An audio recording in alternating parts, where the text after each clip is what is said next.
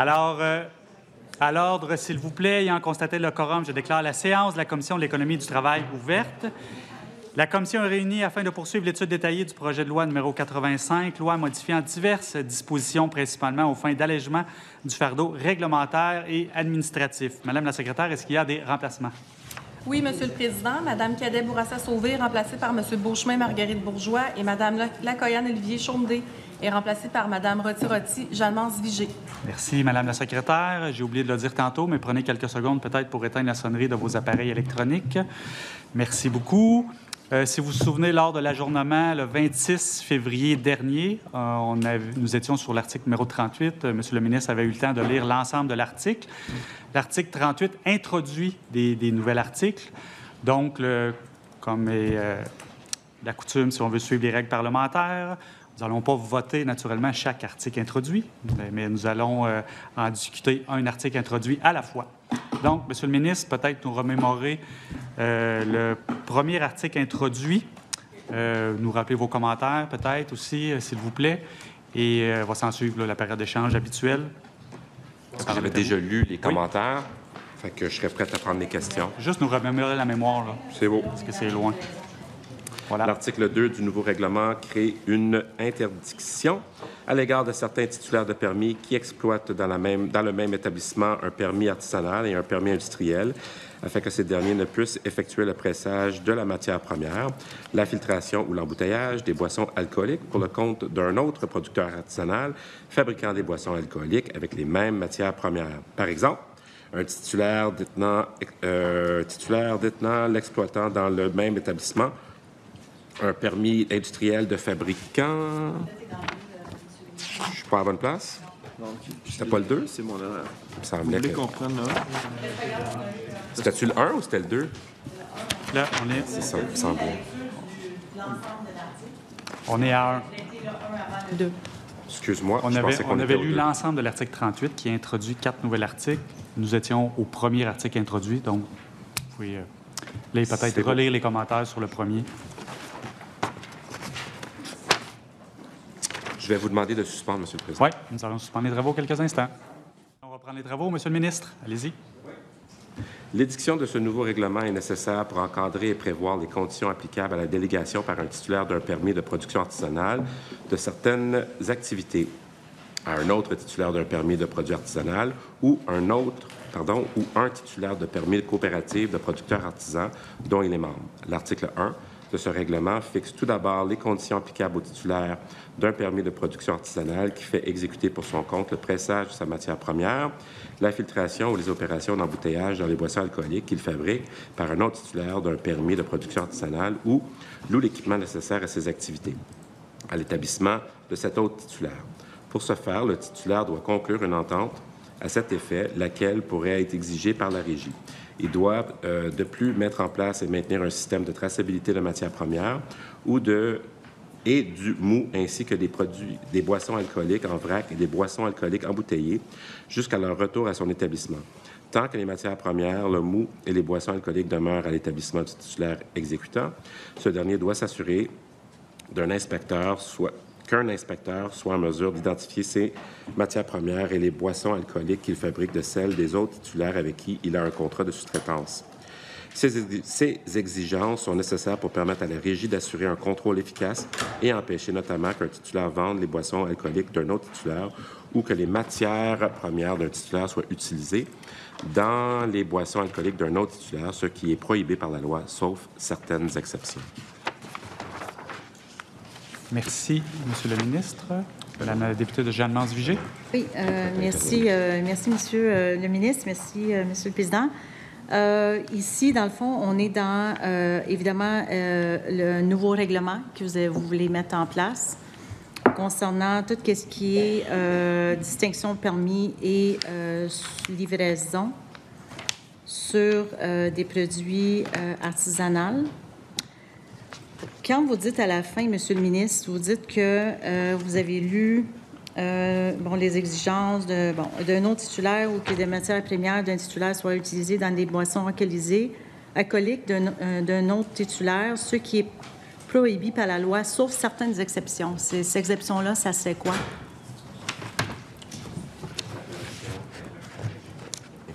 que j'ai votre consentement Oui. pour permettre... Je n'ai pas entendu votre nom, puis je m'en souviens plus, bien honnêtement.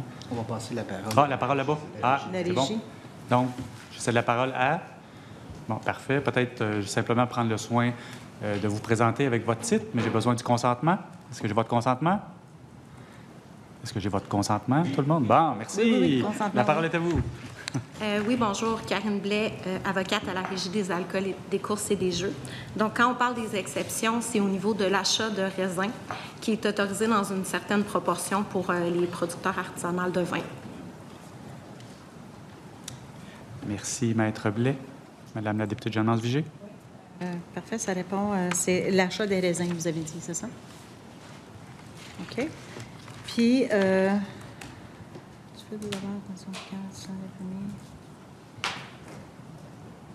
OK. Fait que je Ça va? OK. Alors, oui. Alors, ici, on parle de plusieurs... vous faites des distinctions entre différents permis selon le produit. Et moi, je me demande, dans le cadre des permis artisanes, s'il y a des conditions qui s'appliquent au type de production artisanale et qui sont différents des unes des autres. Parce que, dans le fond, là, Monsieur le ministre, je me demande, là, vous faites différents permis selon la matière. Pourquoi qu'il ne pourrait pas avoir un permis? Pourquoi qu'il y a différents permis? Je veux juste bien comprendre, ça va aller plus rondement après, là. Parce que là, on a la production d'acide, on a les boissons alcooliques au sirop d'érable, on a l'hydromel, on a les petits fruits et rhubarbe, on a les boissons alcooliques basées au raisin. En tout cas, il y en a, là. Tu en as 1, 2, 3, 4, 5, 6, 7, 8. J'en ai 8. Les normes, ben, c'est tout. Avec la permission, je voudrais peut-être Maître pourrait répondre pour nous, Maître Desbiens. J'ai besoin de votre consentement pour permettre à Maître de répondre. Est-ce que j'ai votre consentement? Consentement. Oui, consentement, oui. Parfait, merci. Prenez le temps de vous présenter avec votre titre. La parole est à vous. Oui, merci. Alors, Geneviève Desbiens, je suis avocate au ministère de la Justice. C'est un permis. Tout ça, c'est un permis. C'est juste qu'il y a plusieurs types de matières premières. Il y a les pommes, les raisins, les petits fruits. Si on a...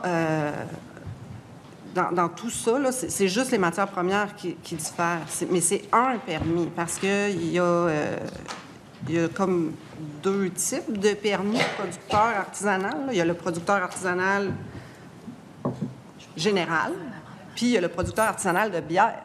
Ça, c'est deux permis différents. Mais là, on est dans le producteur artisanal.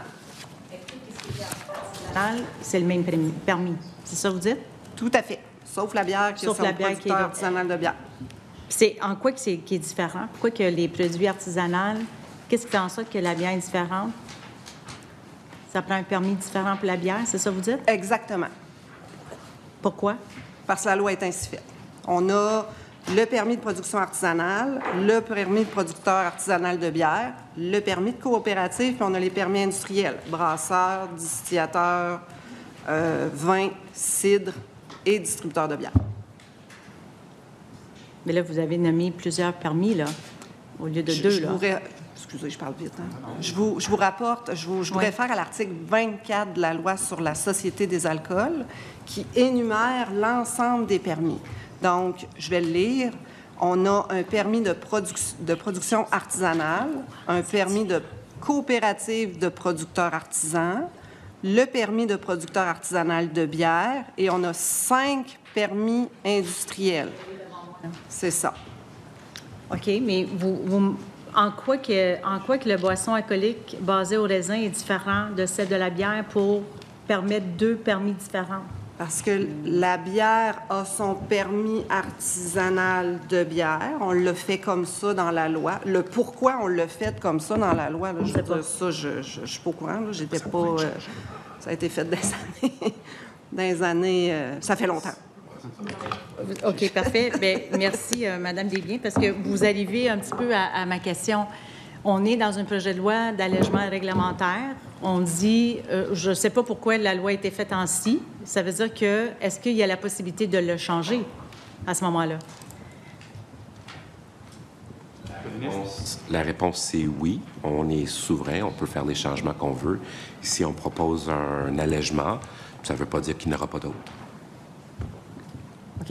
Monsieur le ministre, parce que je ne veux pas non plus interpréter vos propos différemment, vous êtes en train de dire que à ce moment-là, l'idée d'avoir un permis serait possible? Ce que je dis, c'est que tout est possible et on fait un allègement pour aider les entreprises. Il y aura certainement d'autres allègements qui vont suivre dans le temps, mais en ce moment, on est ici dans les changements qu'on fait.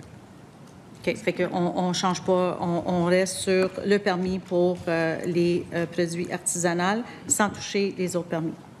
On ne touche pas à d'autres permis pour le moment. OK.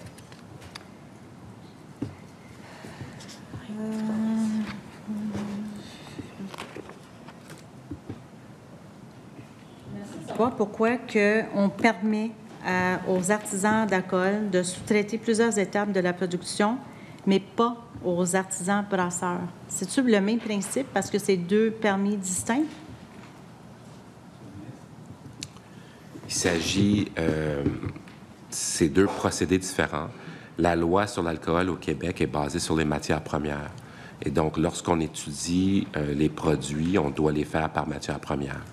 Donc, le cadre réglementaire est souvent différent pour un produit maltais versus un produit distillé versus un produit autrement dérivé. Alors, les permis sont en ligne avec ces réalités-là.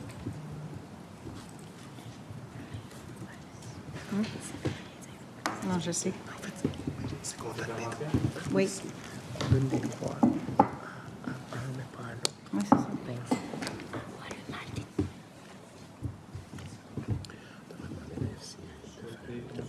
c'est ça. Ça va? La parole est à vous. J'essaie de suivre un petit peu qu'est-ce qu'on veut faire ici, d'autant plus qu'on vient d'introduire un nouveau règlement. Et je comprends que le ministre me dit que c'est la matière première qui doit être... Je comprends ça, mais en quoi... Tu sais, je vous pose une question peut-être très innocente, là. C'est quoi la différence entre la maltais d'un raisin et celle des pommes? Un, c'est un raisin, l'autre, c'est une pomme. Ben, oui, je comprends, mais je veux dire, Non, mais on se base là-dessus simplement, de dire que... C'est de la fermentation par un autre produit, un autre type de sucre, un autre type de procédé.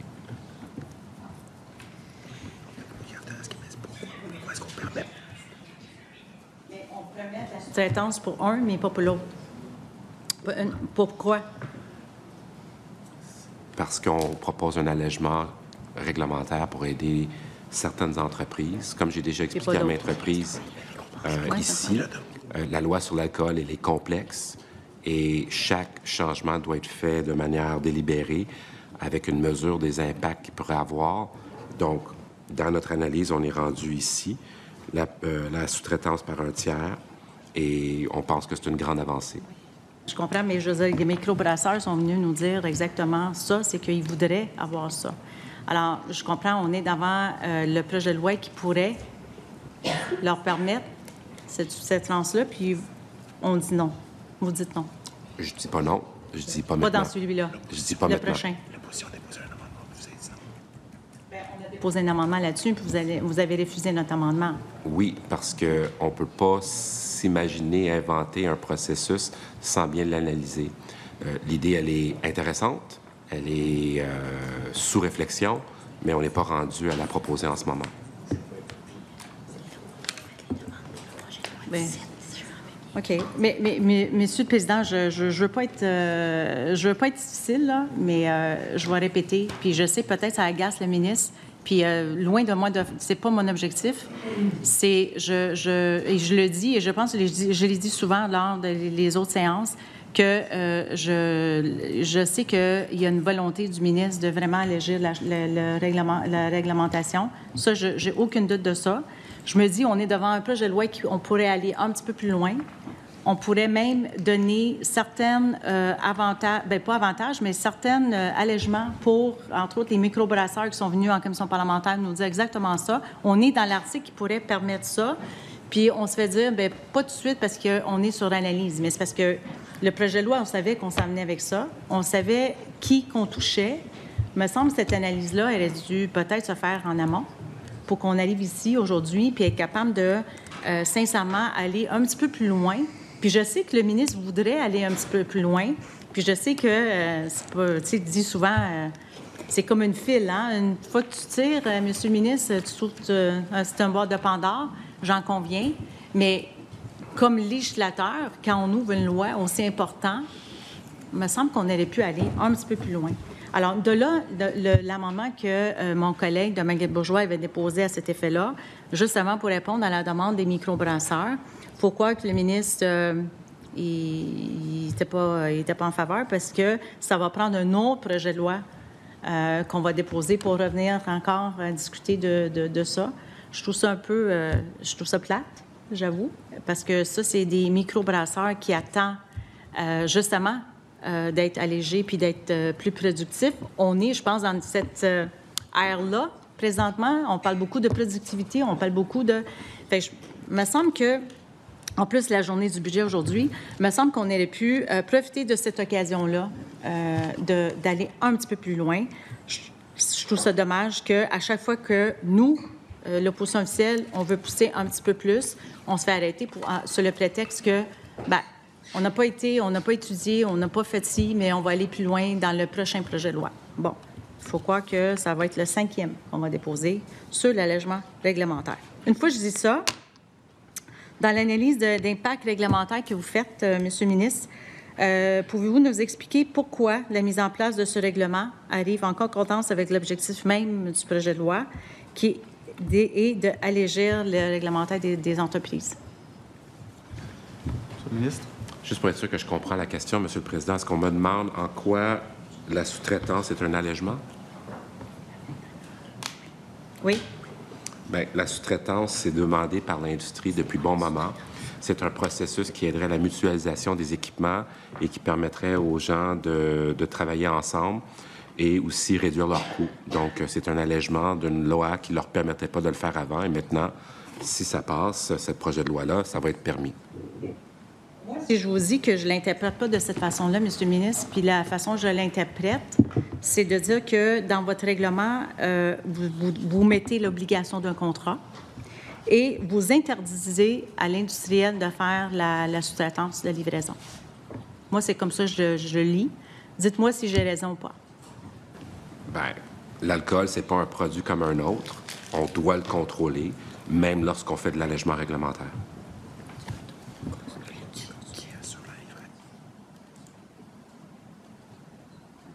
Parce que moi, si je prends, qu'est-ce que vous dites, il y a un article qui est sorti en disant que la SAQ utilise, pour faire la livraison... Va utiliser, oui. Il n'utilise pas encore, il utilise Per Later pour l'instant, mais il va utiliser Uber Eats, puis probablement Skip sont en train de faire des ententes avec eux, là. Plusieurs livreurs pour livrer leurs produits alcooliques. Elle a raison, on est un gouvernement ambitieux qui change les façons de faire. On les fait de manière responsable. Pourquoi est-ce que Skip pourrait livrer? Écoute, permettez-moi de dire qu'on n'a pas la même interprétation d'être audacieux, Monsieur le Président. Nous, qu'est-ce qu'on voit ici, c'est qu'au lieu d'allégir, le ministre fait exactement le contraire, de un. Il ne m'a pas répondu par rapport à l'obligation de contrat et interdire l'industriel de faire la livraison. Ça, c'est un contrainte qu'il met dans son nouveau règlement. Est-ce que pour lui, ça, c'est l'allègement réglementaire?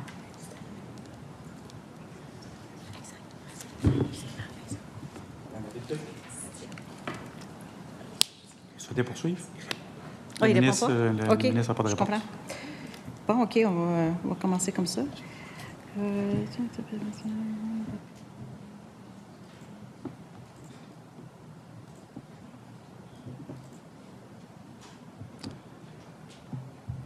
On est toujours à l'article 38 qui introduit un nouvel article au premier.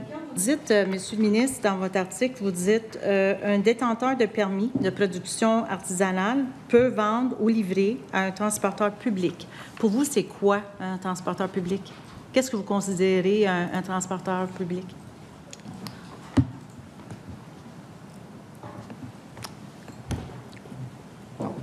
Madame la députée, je vous invite à poser votre question peut-être autrement. Mais là, je ne comprends pas. Là, si on n'est pas capable d'avoir les réponses, on ne peut pas avancer, M. le ministre. En fait, s'il appartient au ministre de choisir de répondre ou pas. Comme je vous dis, c'est à vous maintenant peut-être trouver une formulation différente. OK. Alors, peut-être qu'il va répondre à celle-là, ou peut-être un de ses fonctionnaires qui l'accompagne.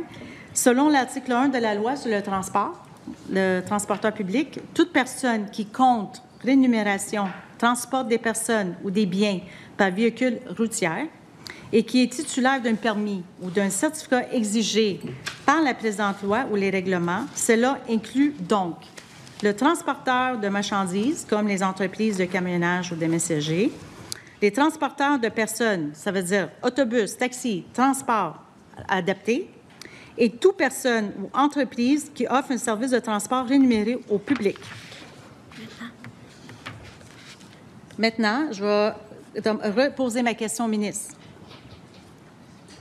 Avec quelle compagnie que la SAQ fait affaire pour la livraison d'alcool? Est-ce que c'est pour lui un transport public, oui ou non? Le ministre?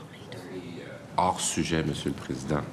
Donc, je vous rappellerai qu'on est à l'article 38, puis j'aimerais ça qu'on discute de l'article 38, Monsieur le Président.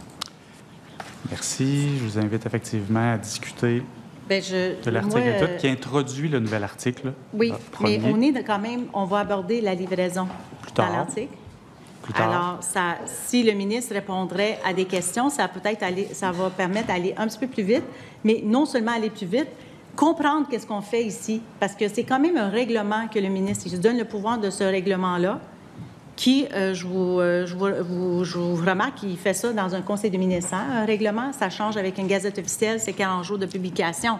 C'est pas une loi en tant que telle. Alors moi, avant que je vais donner mon OK, avec tout respect, je veux comprendre qu'est-ce qu'on vient de faire là.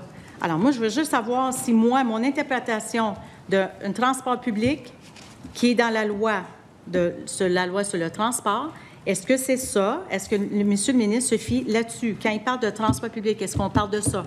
Oui ou non? Il me semble que la question est très simple, Monsieur le Président. Monsieur le ministre. L'article 38 se lit livraison exécutée en sous-traitance par le compte d'un titulaire d'un permis de production artisanale. Il s'agit de cela dans la discussion, Monsieur le Président.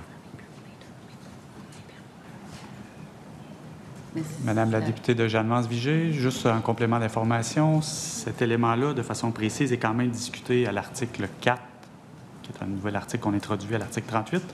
Donc, je vous invite à vous ramener à l'article qu'on introduit, l'article 1 dans l'article 38. Alors, l'article 1, Monsieur le Président, le ministre se donne le pouvoir, dans le fond, de faire un nouveau règlement pour encadrer les conditions et les applications des permis de production. C'est ce qui fait de artisanat.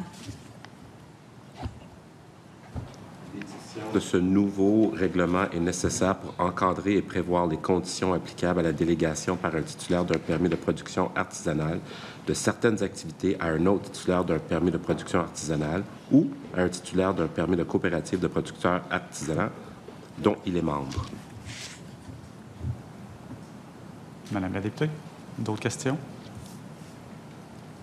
Non, on va continuer. Le 1, ça va. Pour le 1, ça va, oui. Donc, comme j'ai dit tantôt, on ne votera pas chacun des articles introduits. On va voter l'article 38 à la toute fin. Donc, on va passer au deuxième.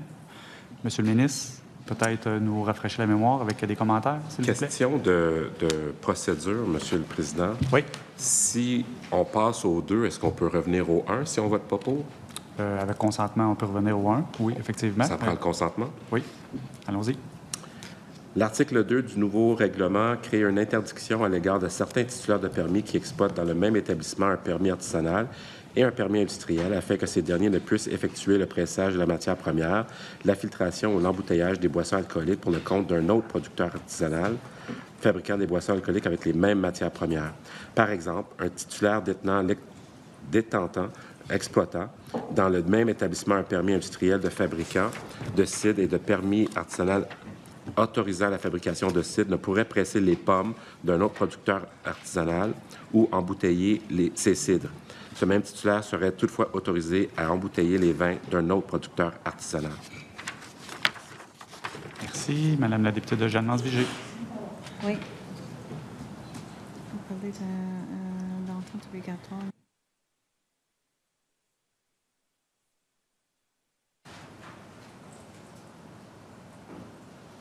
Vous avez des questions? Allez-y.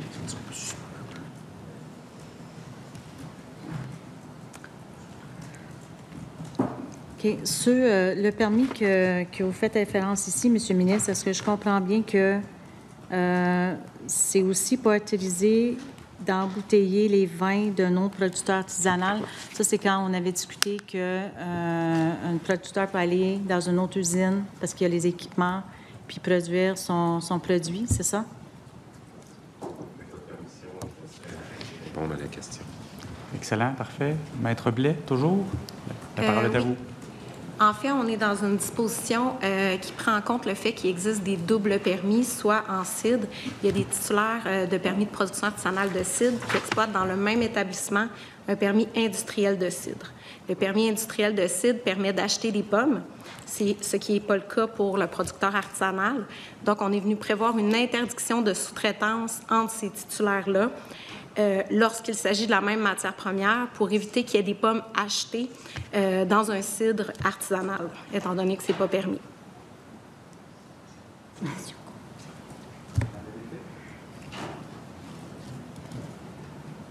C'est risqué.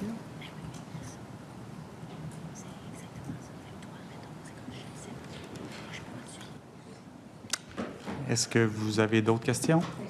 Monsieur, juste comprendre, ça veut dire que moi, comme producteur industriel, puis je produis mes pommes, j'ai des pommes, je ne peux pas les donner, si j'ai un surplus, je ne peux pas les donner à un producteur artisanal. Maître Vous Blais? pouvez les donner à un autre industriel. Et la raison pour ça, c'est? C'est la distinction entre le permis artisanal et le permis industriel. Le permis artisanal, comme le ministre l'explique, c'est uniquement les matières premières cultivées par le titulaire, alors que ce n'est pas des conditions du permis industriel. Mais on parle aussi de la sous-traitance. Fait que Oui. même si on sous-traite, ça s'applique pareil? Oui, parce que le permis industriel il est exploité dans le même établissement que le permis artisanal. Donc, on ne veut pas qu'il y ait des activités de sous-traitance dans un endroit où il pourrait y avoir des pommes achetées. Bien, j'essaie de voir en quoi ça change la production. Ça change C'est quoi? les intrants dans les boissons alcooliques que ça change. OK. Parce que dans les étapes de sous-traitance, on parle aussi de pressage de matières premières. Donc, il y a une possibilité de mélanger les matières premières ici.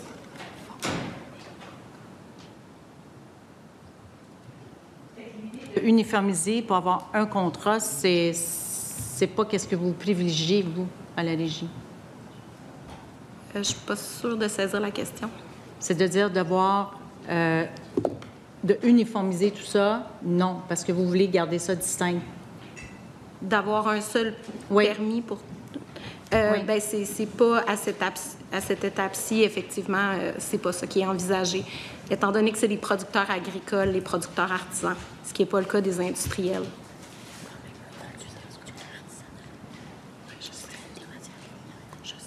Mais un producteur industriel, quand même, traite la matière première. Il peut être quand même artisanal d'une certaine forme. Bien, c'est selon le modèle d'affaires, il va choisir le permis qui lui convient le Fait mieux. qu'il doit Mais... choisir son modèle d'affaires. Exact. OK, fait un ne peut pas faire l'autre et l'autre ne peut pas faire l'autre. Ça ne peut pas être inversé? Oui? Bien, pas en exploitation en même temps, sauf pour le cidre. Mais les règles demeurent distinctes. Fait qu'il ne peut pas avoir un double permis ou le double permis est permis? C'est pas permis pour les mêmes matières premières, sauf OK. en cidre. Sauf en cidre. Wow. OK. Et c'est compliqué, Monsieur le Président? OK. Oui. Ça va. Oui. Merci. Donc, ça va pour l'article 2 ou d'autres questions? Parfait. Je note que notre ministre a retrouvé sa zénitude. Il a son café. Incroyable. C'est ça qui manquait. Tout est là. Oui. Donc, on passe à l'article 3. À l'article 3, je crois qu'il y aura des amendements qui seront déposés. Alors, Monsieur le ministre, la parole est à vous. C'est ici. Est-ce que vous voulez que je lise? Non, c'est le commentaire, dans le fond, fait que je peux le lire. Fait que le commentaire original? Oui, s'il vous plaît. L'article 3 du règlement prévoit que le titulaire d'un permis de coopérative de producteurs artisans qui exécute pour le compte d'un producteur artisanal membre de la coopérative l'activité autorisée par la loi est soumise aux mêmes obligations que celles prévues à l'article 1 pour la sous-traitance entre producteurs artisanaux.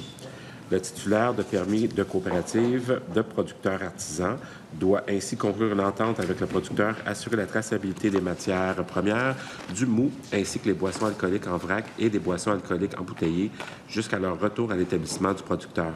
Tant que les matières premières, le mou et les boissons alcooliques demeurent à l'établissement de la coopérative, des mesures doivent être mises en place afin d'identifier les matières premières et les boissons alcooliques de différents membres de la coopérative.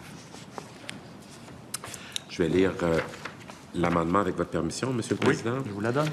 Inséré dans le paragraphe 1 et 2 de l'article 3 du règlement sur les conditions applicables à la fabrication, à l'embouteillage et à la livraison exécutée en sous-traitance pour le compte d'un titulaire de permis de production artisanale, proposé par l'article 38 du projet de loi, et après matière première, la destillation. Cet amendement permet de rendre applicables les obligations prévues à l'article 1 du règlement à un titulaire de permis de production artisanale autorisé à fabriquer des alcools et des spiritueux qui fait distiller ces boissons alcooliques ainsi que les résidus de fermentation par un titulaire d'un permis de coopérative de producteurs artisans. Inversement, l'amendement permet de rendre applicables les obligations prévues à l'article 1 du règlement à un titulaire d'un permis de coopérative et de producteurs artisans qui distille les boissons alcooliques et les résidus de la fermentation issus de la production des membres de la coopérative détenant un permis de production artisanale autorisant la fabrication d'alcool et de spiritueux. Parfait. Merci, Monsieur le ministre. Des interventions concernant cet amendement?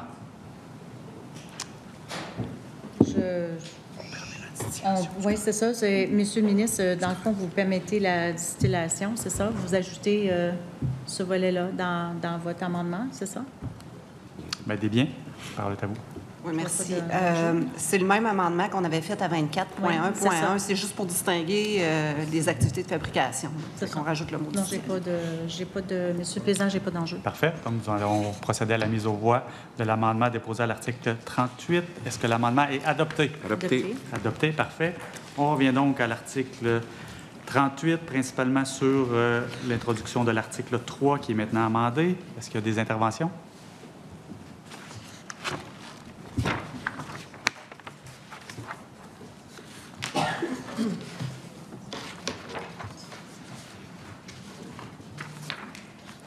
Je comprends qu'il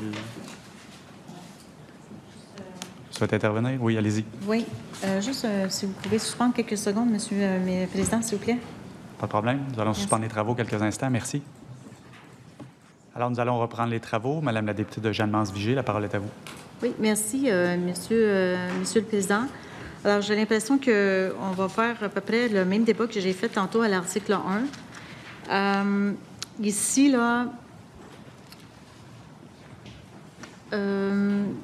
ici, on traite les permis de coopérative des producteurs artisans, sauf que quand on regarde la définition d'un permis de coopérative de producteurs artisans, ça dit « Ce permis autorise son titulaire à fabriquer et à embouteiller pour le compte d'autres membres de la coopérative des alcools et des spiritueux que ceux-ci sont autorisés à fabriquer. Le titulaire peut aussi transporter les boissons alcooliques fabriquées par des membres de la coopérative de leur établissement afin de fabriquer pour leur compte un alcool ou un spiritueux. Il peut ensuite transporter cet alcool ou ce spiritueux de son établissement au leur. Alors, vous venez d'autoriser des détenteurs de permis à faire quelque chose qui était déjà autorisé à faire?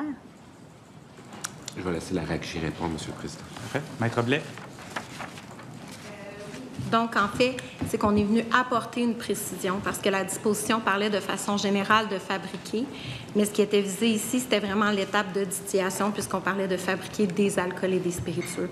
Donc, étant donné qu'on rajoute des nouvelles activités de sous-traitance dans le permis de coopérative, on a voulu s'assurer de bien faire les distinctions avec les opérations dont la sous-traitance était autorisée. Puis ici, on parle de distillation lorsqu'on parle d'alcool et de spiritueux. Donc, c'est simplement pour apporter une précision. Merci. Yeah, it does, but...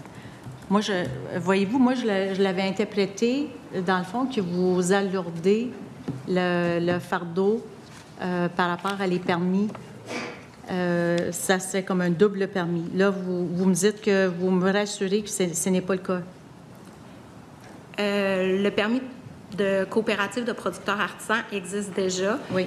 Donc, ce n'est pas le même permis que le permis de production artisanale, mais on peut dire que c'est en continuité puisque les membres de la coopérative sont des permis de production artisanale.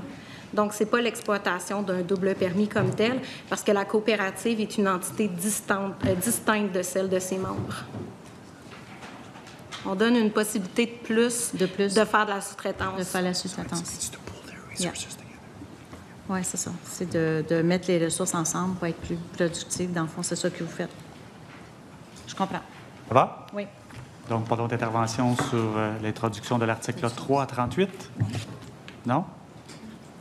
Ça va? Donc, on poursuit au 4e, Monsieur le ministre, peut-être en lire vos commentaires. Puis je pense que si c'est toujours le plan de match de l'opposition officielle, ils ont un amendement. La parole est à vous. L'article 4 du nouveau règlement fixe les conditions applicables aux titulaires d'un permis de production artisanale qui effectue la livraison pour le compte ou de plusieurs autres, pour le compte d'un ou de plusieurs d'autres titulaires d'un permis de production artisanale et prévoit certaines interdictions, notamment la vente et la perception de paiement. Le titulaire doit conclure une entente à cet effet, laquelle pourrait être exigée par la Régie. Il doit de plus, lorsqu'il effectue la livraison, avoir en sa possession l'entente ou tout autre document indiquant le nom et l'adresse du ou des titulaires pour qui il effectue la livraison, ainsi que le nom et l'adresse du destinataire. Ces informations sont nécessaires pour assurer le contrôle et la conformité des livraisons effectuées. Le titulaire qui effectue la livraison ne peut livrer que les boissons alcooliques autorisées par le permis de production artisanale et aux personnes autorisées à les acheter. Par exemple, il ne peut livrer des spiritueux aux titulaires de permis de restaurant ou de bar, puisque ces derniers doivent en faire l'acquisition auprès de la Société des alcools du Québec. Merci, Monsieur le ministre. Madame la députée Jeanne-Mance Vigé, est-ce que vous souhaitez déposer votre amendement tout de suite? Oui. Parfait. Excellent. Nous l'avons reçu. Nous allons le mettre sur le greffier et à l'écran. Oui, ça va. Donc, vous pouvez en faire la lecture et vos explications, s'il vous plaît. Merci. Alors, l'article 30... Non. Oui. L'article 38 modifie l'article 4 du règlement sur les conditions applicables à la fabrication et à l'embouteillage et la livraison exécutée en sous-traitance pour le compte d'un titulaire d'un permis de production artisanale tel qu'introduit par l'article 38 du projet de loi par l'insertion après le premier alinéa de l'alinéa suivant. Le titulaire peut également confier à un tiers la livraison des boissons alcooliques qu'il fabrique à condition que ce tiers soit un transporteur ou un livreur dûment reconnu et autorisé en vertu des lois applicables. L'article modifié se lira ainsi. Le titulaire peut... j'ai pas besoin? OK, parfait. Donc, ça va? Voulez-vous apporter des commentaires supplémentaires?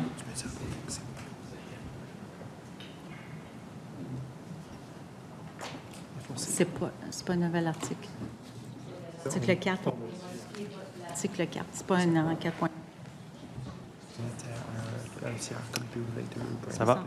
Bien, dans le fond, monsieur le président, qu'est-ce qu'on fait ici? Dans le fond, c'est de permettre à un tiers, comme Purolator, dans certains cas, de faire la livraison. Évidemment, toujours en assurant qu'il y a une traçabilité. Là. Je comprends que c'est extrêmement important. Alors, c'est ça. Ça va? C'est exactement ce qu'on fait. Monsieur le ministre. On a déjà eu cette discussion-là lorsqu'on était au 24, puis on a déjà adopté 24.1 puis 24.1.0.2.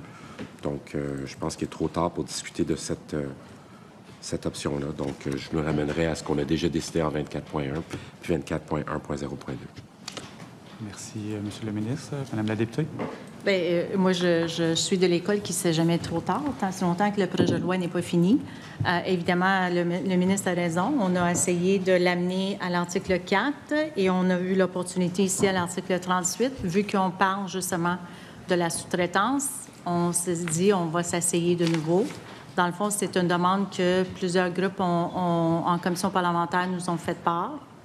Alors, on s'est dit... on comprend que pour le ministre, la traçabilité, la livraison, c'est extrêmement important. On en convient. On est à la même place que lui. Ici, la seule chose qu'on viendrait faire, c'est de donner à un tiers la possibilité de livrer. C'est tout. Je ne sais pas pourquoi c'est si compliqué, là. Merci. Monsieur le ministre. C'est pas que c'est compliqué, c'est qu'ici, on est dans les règlements. On a déjà adopté le 24, donc c'est pas faisable. Puis deuxièmement, lorsqu'on était à 24, on a déjà expliqué que la livraison par un tiers indépendant n'était pas la manière privilégiée en ce moment. C'est pas quelque chose qu'on étudie, on n'exclut pas, mais c'est pas quelque chose qui est prévu pour le moment. Madame la députée. Oui, je comprends, Monsieur le Président, que le ministre dit on n'est pas rendu là et c'est pas le moment. OK. Moi, je dis, je ne suis pas de même avis que lui là-dessus. On a présentement des gens qui sont capables de faire des livraisons de boissons alcooliques par Pure Later. Aujourd'hui, ça se fait. On est capable de livrer le tabac par FedEx. Alors, moi, je dis juste, on est encore une fois, dans un projet de loi qui est supposé d'allégir les choses. Et c'était, je sais pas ma demande, Monsieur le Président, là, c'est pas moi qui fais cette demande-là, c'est les groupes qui sont venus. Alors, pour justement les aider à faire la distribution de leurs produits et la livraison de leurs produits et d'être plus efficaces, dans le fond. C'est exactement ce qu'on va faire avec ce projet de loi-là. Alors, c'est sûr, le ministre a raison, on a parlé à l'article 4, ça n'a pas été... c'était un fait à non-recevoir. Je me suis dit, là, on parle encore, on est dans le règlement toujours, on parle de permis et livraison. Je me suis dit, pourquoi pas encore explorer cette possibilité-là, d'autant plus que, pour certains, ça existe. Merci. Là, je comprends que c'est un fait à non-recevoir, Monsieur le Président. Alors, je comprends. On va attendre le prochain projet de loi, Monsieur le Président. Donc, je comprends qu'il n'y a pas d'autres interventions sur cet amendement déposé par l'opposition officielle. S'il n'y a pas d'autres interventions, nous allons procéder à la mise aux voix de l'amendement. Est-ce que cet amendement est adopté? Adopté. Rejeté. Sur division. Rejeté. Sur division. Ça va? Rejeté? Oui. Ah. Excellent. Donc, on revient à l'article qui introduit l'article 4 à 38, donc des interventions. Je laisserai aller la prochaine. Madame la députée de Jeanne-Mance-Vigée? Il n'y a pas d'intervention? Donc, nous avons procédé à l'ensemble des 4 articles introduits, donc à l'ensemble des discussions. Nous allons revenir pour voter l'article 38 dans son ensemble. Il est maintenant amendé. Est-ce que l'article 38, tel qu'amendé, est adopté? Adopté. Adopté? Sur division. Excellent. Sur division? Non, adopté. Pas sur division. Ça. Parfait. Donc, il est adopté, pas sur division. Donc, on poursuit. On s'en va à l'article 39, Monsieur le ministre. La parole est à vous. L'article 13.1 du règlement sur le cidre et les autres boissons alcooliques à base de pommes, chapitre S-13R.4, est modifié par le remplacement de « à son établissement en cidre ou autres boissons alcooliques à base de pommes, les pommes qu'il cultive sur ses terres ou celles en location et embouteillées en sachet ou conformément à la loi sur les sociétés des alcools du Québec, chapitre S-13 et ses règlements d'application. Il doit de plus embouteiller en sachet et enfuter conformément à cette loi les boissons alcooliques qu'il fabrique. L'article 39 du projet de loi modifie l'article 13.1 du règlement sur le cidre et les autres boissons alcooliques à base de pommes, afin de retirer l'obligation que le pressage des pommes ainsi que l'embouteillage, l'ensachage ou l'enfutage de ces boissons alcooliques soit effectué à l'établissement du titulaire de permis de production artisanale en concordance avec les nouvelles possibilités de sous-traitance à l'établissement d'un autre producteur artisanal introduite dans la loi sur la Société des alcools du Québec. Intervention sur 39. Madame la députée? Pour l'article 39, non, M. le Président, mais j'aurais Oui. un amendement par la suite. Fait que je demanderais une petite courte suspension après Qu'on ait qu'on adopté, traite là. l'article Parfait. 39. Oui. Donc, s'il n'y a pas d'intervention à 39, nous allons procéder à la mise aux voix. Est-ce que l'article 39 est adopté? Adopté. Adopté. Excellent. Donc, nous allons suspendre les travaux quelques instants. Merci. Alors, nous allons reprendre les travaux. J'ai compris que, Madame la députée de Jeanne-Mance-Duvier, vous aviez un amendement. La parole est à vous. Oui. Alors, on venait de... Est-ce que j'ai fait la lecture, finalement? Non, je l'ai encore. pas fait. Alors, l'article 39.1, on introduit un nouvel article. C'est inséré après l'article 39 du projet de loi, l'article 39.1 suivant. Inséré après l'article 13.2 du règlement sur le cidre et des autres boissons alcooliques à base de pommes, l'article 13.3 suivant.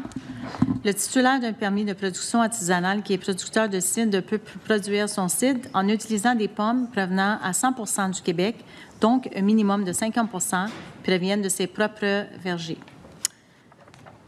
L'article modifié. Dans le fond, ici, Monsieur le Président, qu'est-ce qu'on veut faire? C'est que ça existe déjà pour l'industrie artisanale du cidre, de vin, les productions artisanales du vin qui permet l'achat jusqu'à 5% des raisins frais ou transformés d'un autre producteur agricole du Québec. Alors, dans le fond, les producteurs de cidre demandent d'avoir le même qu'ils peuvent acheter au cas que... Puis, dans leur mémoire, là, ils illustrent très bien les avantages, c'est-à-dire gérer les risques des risques météorologiques, acheter des variétés des pommes, acides pour évaluer le potentiel. Ils font la rémunération de plusieurs avantages qu'ils pourraient avoir si on pourrait appliquer ces mesures-là, que je répète, est déjà disponible pour les producteurs de raisins.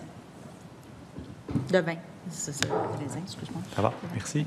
Monsieur le ministre?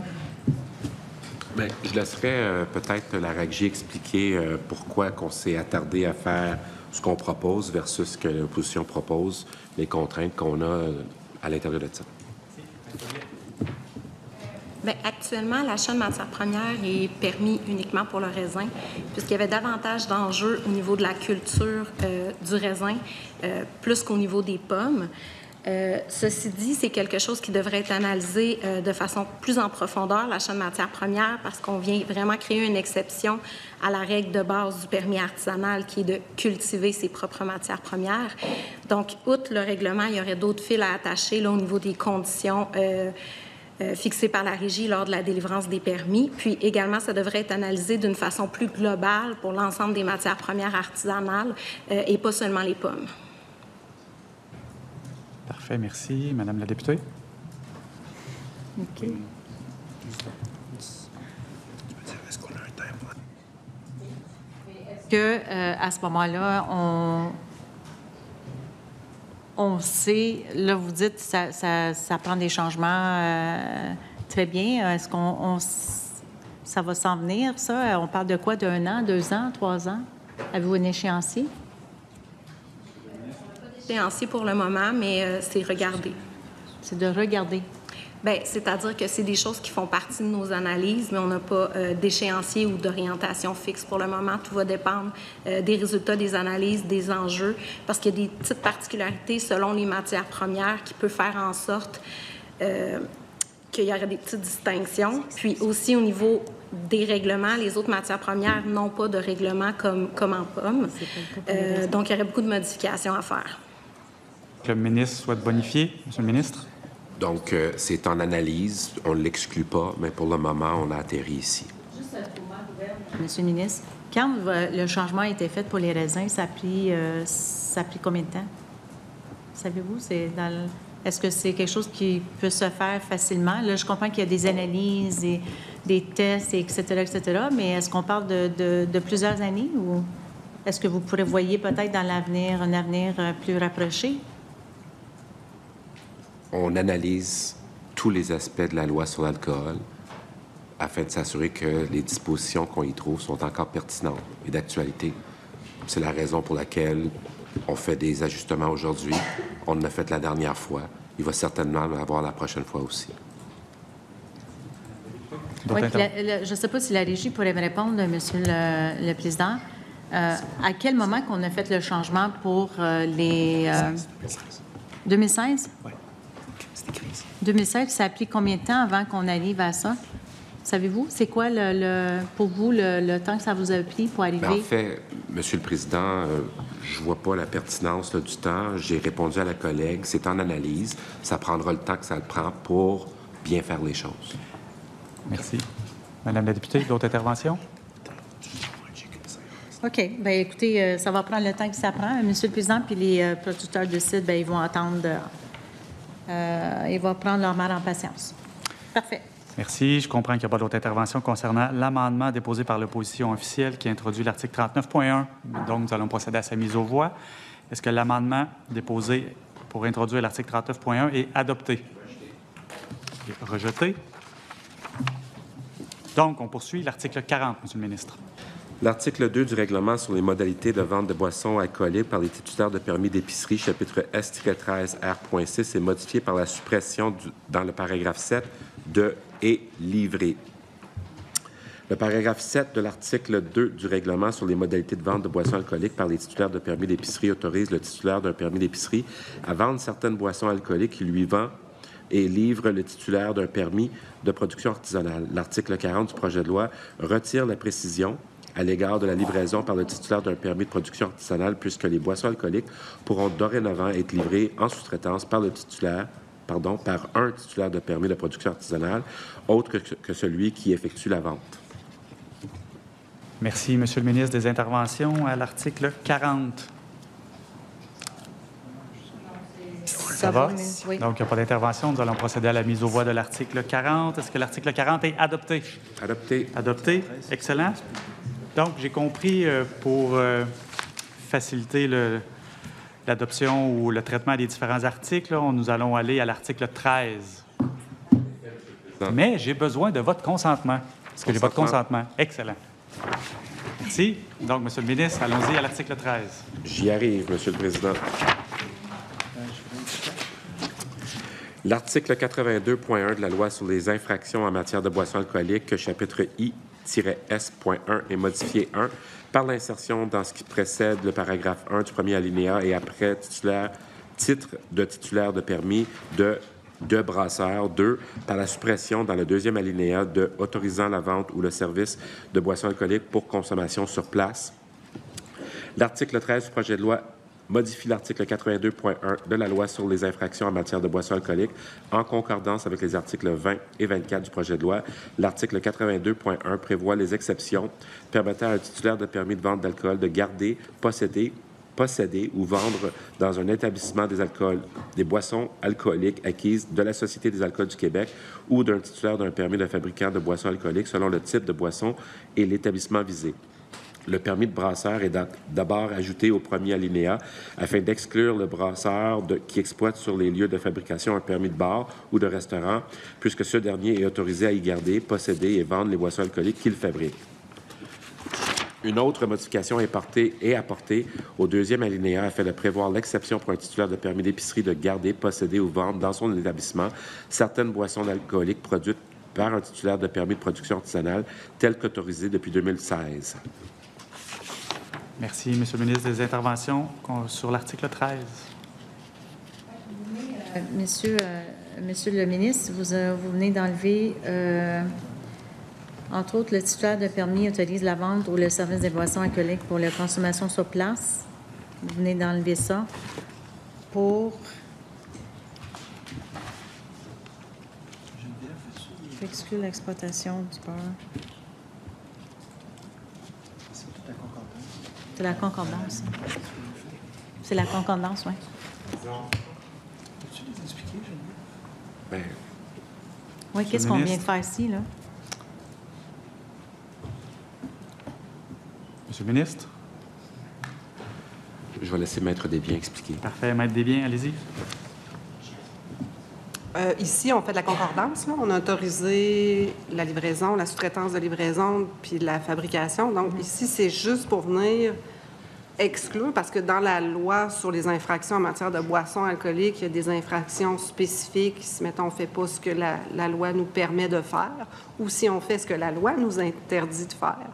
Donc, ici, on fait juste apporter de la concordance pour les infractions. Donc, vu qu'on a permis des choses dans la loi sur la Société des alcools, là, il faut faire le parallèle dans la loi sur les infractions pour éviter que les gens soient considérés en infraction alors qu'ils font des choses qu'ils ont la permission de faire en vertu de la loi sur la Société des alcools. C'est juste ça, c'est juste la concordance. Il y aurait les deux lois. C'est ça. Ça va? Oui. Donc, pour notre intervention, nous allons procéder à la mise aux voix de l'article 13. Est-ce que l'article 13 est adopté? Adopté, excellent. J'ai besoin de votre consentement, puis je ne le ferai pas à chaque fois. Donc, je vais le faire en bloc pour aller de l'article 14 à 19. Est-ce que j'ai votre consentement? Excellent. Donc, Monsieur le ministre, l'article 14, la parole est à vous. L'article 91 de cette loi est modifié 1 par la suppression dans le paragraphe B de ou de la loi sur la Société des alcools du Québec, chapitre S-13, 2, par l'insertion après le paragraphe B du suivant, B.1, dans les établissements où un permis délivré en vertu de la loi sur la Société des alcools du Québec, chapitre S-13, est exploité ainsi que dans un endroit où a lieu une activité reliée à l'exploitation d'un tel permis, pourvu qu'il s'agisse de boissons alcooliques autorisées par ce permis. La modification de l'article 91 de la loi sur les infractions en matière de boissons alcooliques ajoute une exception permettant à un titulaire de permis de production artisanale de posséder dans son établissement des boissons alcooliques appartenant à un autre titulaire de permis de production artisanale. La modification permet également à un titulaire de permis de production artisanale de posséder dans un endroit autre que son établissement et en prévision de leur livraison des boissons alcooliques d'un autre titulaire de ce permis. Ces modifications sont nécessaires pour permettre de nouvelles activités de sous-traitance entre ces titulaires. Intervention sur l'article 14. Juste parce que là, ici, Maître Desbiens, là, on enlève la loi sur la Société des alcools du Québec dans le texte parce que c'est la concordance. OK, c'est bon. Je voulais juste être sûr qu'on est toujours dans la concordance. Parfait. Ça va? Je poursuis. Donc, pas d'autres interventions? Donc, nous allons procéder à la mise aux voix de l'article 14. Est-ce que l'article 14 est adopté? Adopté, excellent. L'article 15, Monsieur le ministre. L'article 92 de cette loi est modifié 1 par le remplacement dans le paragraphe C de « partout, par ou, pour le compte de tout ». 2. Par l'insertion après le paragraphe F du suivant, F.1, pour tout titulaire d'un permis ayant acquise légalement d'un titulaire de permis de production artisanale délivré en vertu de la loi sur la Société des alcools du Québec aux fins autorisées par son permis. L'article 15 du projet de loi modifie l'article 92 de la loi sur les infractions en matière de boissons alcooliques afin d'ajouter des exceptions permettant le transport des boissons alcooliques dans le cadre des activités de sous-traitance, de fabrication et de livraison en titulaire de permis de production artisanale. Ministre, des interventions sur 15. Pas d'intervention. Nous allons procéder à la mise aux voix. Est-ce que l'article 15 est adopté? Adopté. Adopté, excellent. Article 16, Monsieur le ministre. L'article 93 de cette loi est modifié dans le premier alinéa 1 par le remplacement dans le paragraphe A de ou à l'établissement d'une personne munie d'un permis pour en vendre par à un endroit où a lieu une activité reliée à l'exploitation d'un permis délivré en vertu de cette loi ou à l'établissement d'une personne munie d'un permis pour en vendre. 2. Par le remplacement du paragraphe B par les suivants. A.3. Directement de l'établissement du fabricant à l'établissement d'un autre fabricant aux fins autorisées par un permis délivré en vertu de la loi sur la Société des alcools du Québec. B. D'un entrepôt à un autre entrepôt à un endroit où a lieu une activité reliée à l'exploitation d'un permis délivré en vertu de la loi sur la Société des alcools du Québec ou à l'établissement d'une personne munie d'un permis pour en vendre. B1. D'un endroit où a lieu une activité reliée à l'exploitation d'un permis délivré en vertu de la loi sur la Société des alcools du Québec à l'établissement d'une personne munie d'un permis pour en vendre. 3. Par l'insertion après le paragraphe F du suivant, F.1, par tout titulaire d'un permis ayant acquis légalement d'un titulaire de production artisanale, de producteur artisanal de bière, de brasseur, de distributeur de bière ou de fabricant de cidre délivré en vertu de la loi sur la Société des alcools du Québec aux fins autorisées par son permis. L'article 16 du projet de loi modifie l'article 93 de la loi sur les infractions en matière de boissons alcooliques afin d'ajouter des exceptions permettant le transport de cidre léger dans le cadre des activités de sous-traitance, de la fabrication et de la livraison entre titulaires de permis de production artisanale. Merci. Des interventions à l'article 16. Monsieur le Président. Ça va? Donc, pas d'autres interventions. Nous allons procéder à la mise aux voix de l'article 16. Est-ce que l'article 16 est adopté? Adopté. Adopté, excellent. Monsieur le ministre, l'article 17. L'article 108 de cette loi est modifié dans le... Un coup de pause de quelques minutes, Monsieur le ministre. Pendant les travaux, Oui, quelques merci. instants. Merci. Alors, nous allons reprendre les travaux. Avant de suspendre, nous étions à l'article 17. On s'en allait à 17, en fait. Et là, dans le fond, l'opposition officielle soit déposé un amendement pour introduire un nouvel article à 16.1. Madame la députée Jeanne Vigé, la parole est à vous. Exactement, Monsieur le Président. Merci. Alors, l'article 16.1, inséré après l'article 16 du projet de loi le suivant. L'article 94 de la loi sur les infractions en matière de boissons alcooliques, chapitre 1-8.1, est modifié par l'insertion à la fin du premier alinéa de la phrase suivante. Le ministre peut, par règlement, lever toute restriction territoriale associée à un permis. Je ne sais pas si vous voulez que Non. je lis la suite. C'est pas nécessaire. Voulez-vous Bon, apporter qu'est-ce des qu'on vient précisions? faire là, Monsieur Oui. le ministre? Ça a été des demandes qui ont été faites lors des consultations. Et on comprend que ici, dans le fond, on laisse la latitude au ministre sans être obligé de déposer un nouveau projet de loi, mais par règlement, s'il le souhaiterait, après négociation ou discussion avec les gens concernés, d'être capable de lever les restrictions territoriales telles que demandées, associées à leur permis, par règlement, et pas nécessairement être obligé de changer la loi ou ouvrir la loi à cet effet-là. Ministre. Oui, la collègue va être ravie de savoir qu'on est déjà en discussion avec les entreprises en question pour justement voir comment on peut alléger davantage. C'est en analyse, puis je suis définitivement pas fermé à l'idée. Merci. Madame la députée, vous souhaitez Oui, poursuivre? OK. Allez-y. Mais merci, Monsieur le ministre. Alors, dans le fond, ici, on vous laisse cette marge de manœuvre-là au moment opportun d'être capable de faire cette modification-là à ces permis-là sans être obligé d'aller ouvrir la loi ou attendre à un dépôt d'un autre projet de loi. Alors, est-ce que je peux interpréter votre ouverture comme quoi que vous êtes d'accord avec l'amendement? Monsieur le ministre. Vous pouvez interpréter mon ouverture comme une ouverture, mais on doit analyser pour bien faire les choses. Vous savez, l'alcool, c'est pas un produit comme les autres. Absolument. La loi, elle est complexe. On doit s'assurer de bien mesurer les impacts. Mais je reçois avec ouverture la suggestion de la collègue, mais je ne suis pas en mesure de faire suite aujourd'hui. Ça va? Autre intervention? OK. Je pensais, Monsieur le Président, que j'arrivais à peut-être un consensus parce que en faisant ça par règlement, dans le fond, je laisse ça à la discrétion du ministre, c'est-à-dire quand lui, il voit que c'est le moment opportun. Alors, dans le fond, là, c'est de lever cet obstacle-là, d'être obligé de revenir en commission parlementaire avec un projet de loi, faire une modification à la loi. Ici, qu'est-ce qu'on vient de faire? C'est que je laisse cette marge de manœuvre-là au ministre. Je laisse ça à sa discrétion au moment opportun, d'autant plus qu'il vient de dire qu'il est en discussion avec ces entreprises-là, ces joueurs-là. Alors, dans le fond, là, c'est à sa guise, puis au moment que lui, il est prêt. Puis s'il n'est pas prêt, bien, il n'est pas obligé de se servir de cette disposition-là.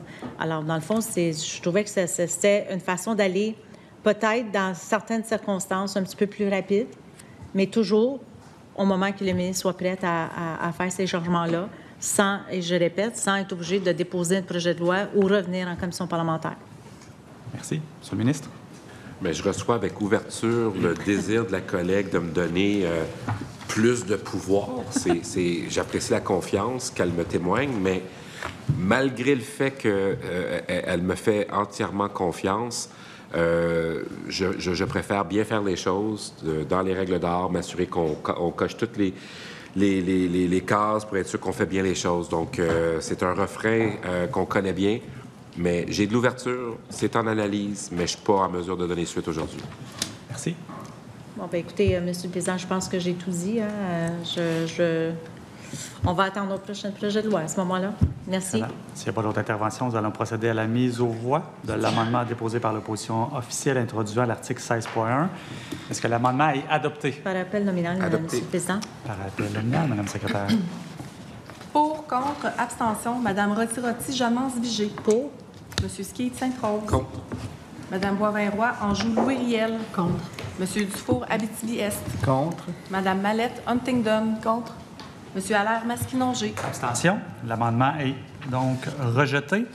Alors, Monsieur le ministre, on poursuit. L'article 17, la parole est à vous. Je demanderai le vote, Monsieur le Président. J'ai pas lu. J'ai-tu déjà lu? Non, Excuse-moi. c'est pas grave. Tu votes? Je m'en- Non. Un gosse assez. Belle tentative, mais j'apprécierais si vous preniez le temps de lire l'article et vos commentaires, s'il vous plaît. OK. Si vous insistez, Monsieur le Président. C'est bon. J'inscris.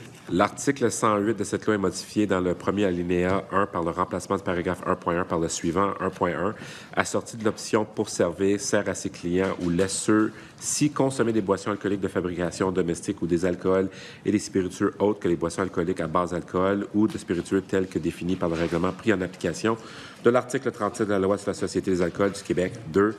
Par le remplacement dans le paragraphe 3.1 de des alcools et des spiritueux autres que ceux qu'il est autorisé à fabriquer par ou en bouteille des boissons alcooliques autres que celles autorisées par le permis. 3. Par l'insertion après le paragraphe 3.1 du suivant. 4. De production artisanale livrée en vertu de la loi sur la Société des alcools du Québec livre pour le compte d'un autre titulaire de ce permis ou entrepose en vue de livraison des boissons alcooliques autres que celles autorisées par le permis.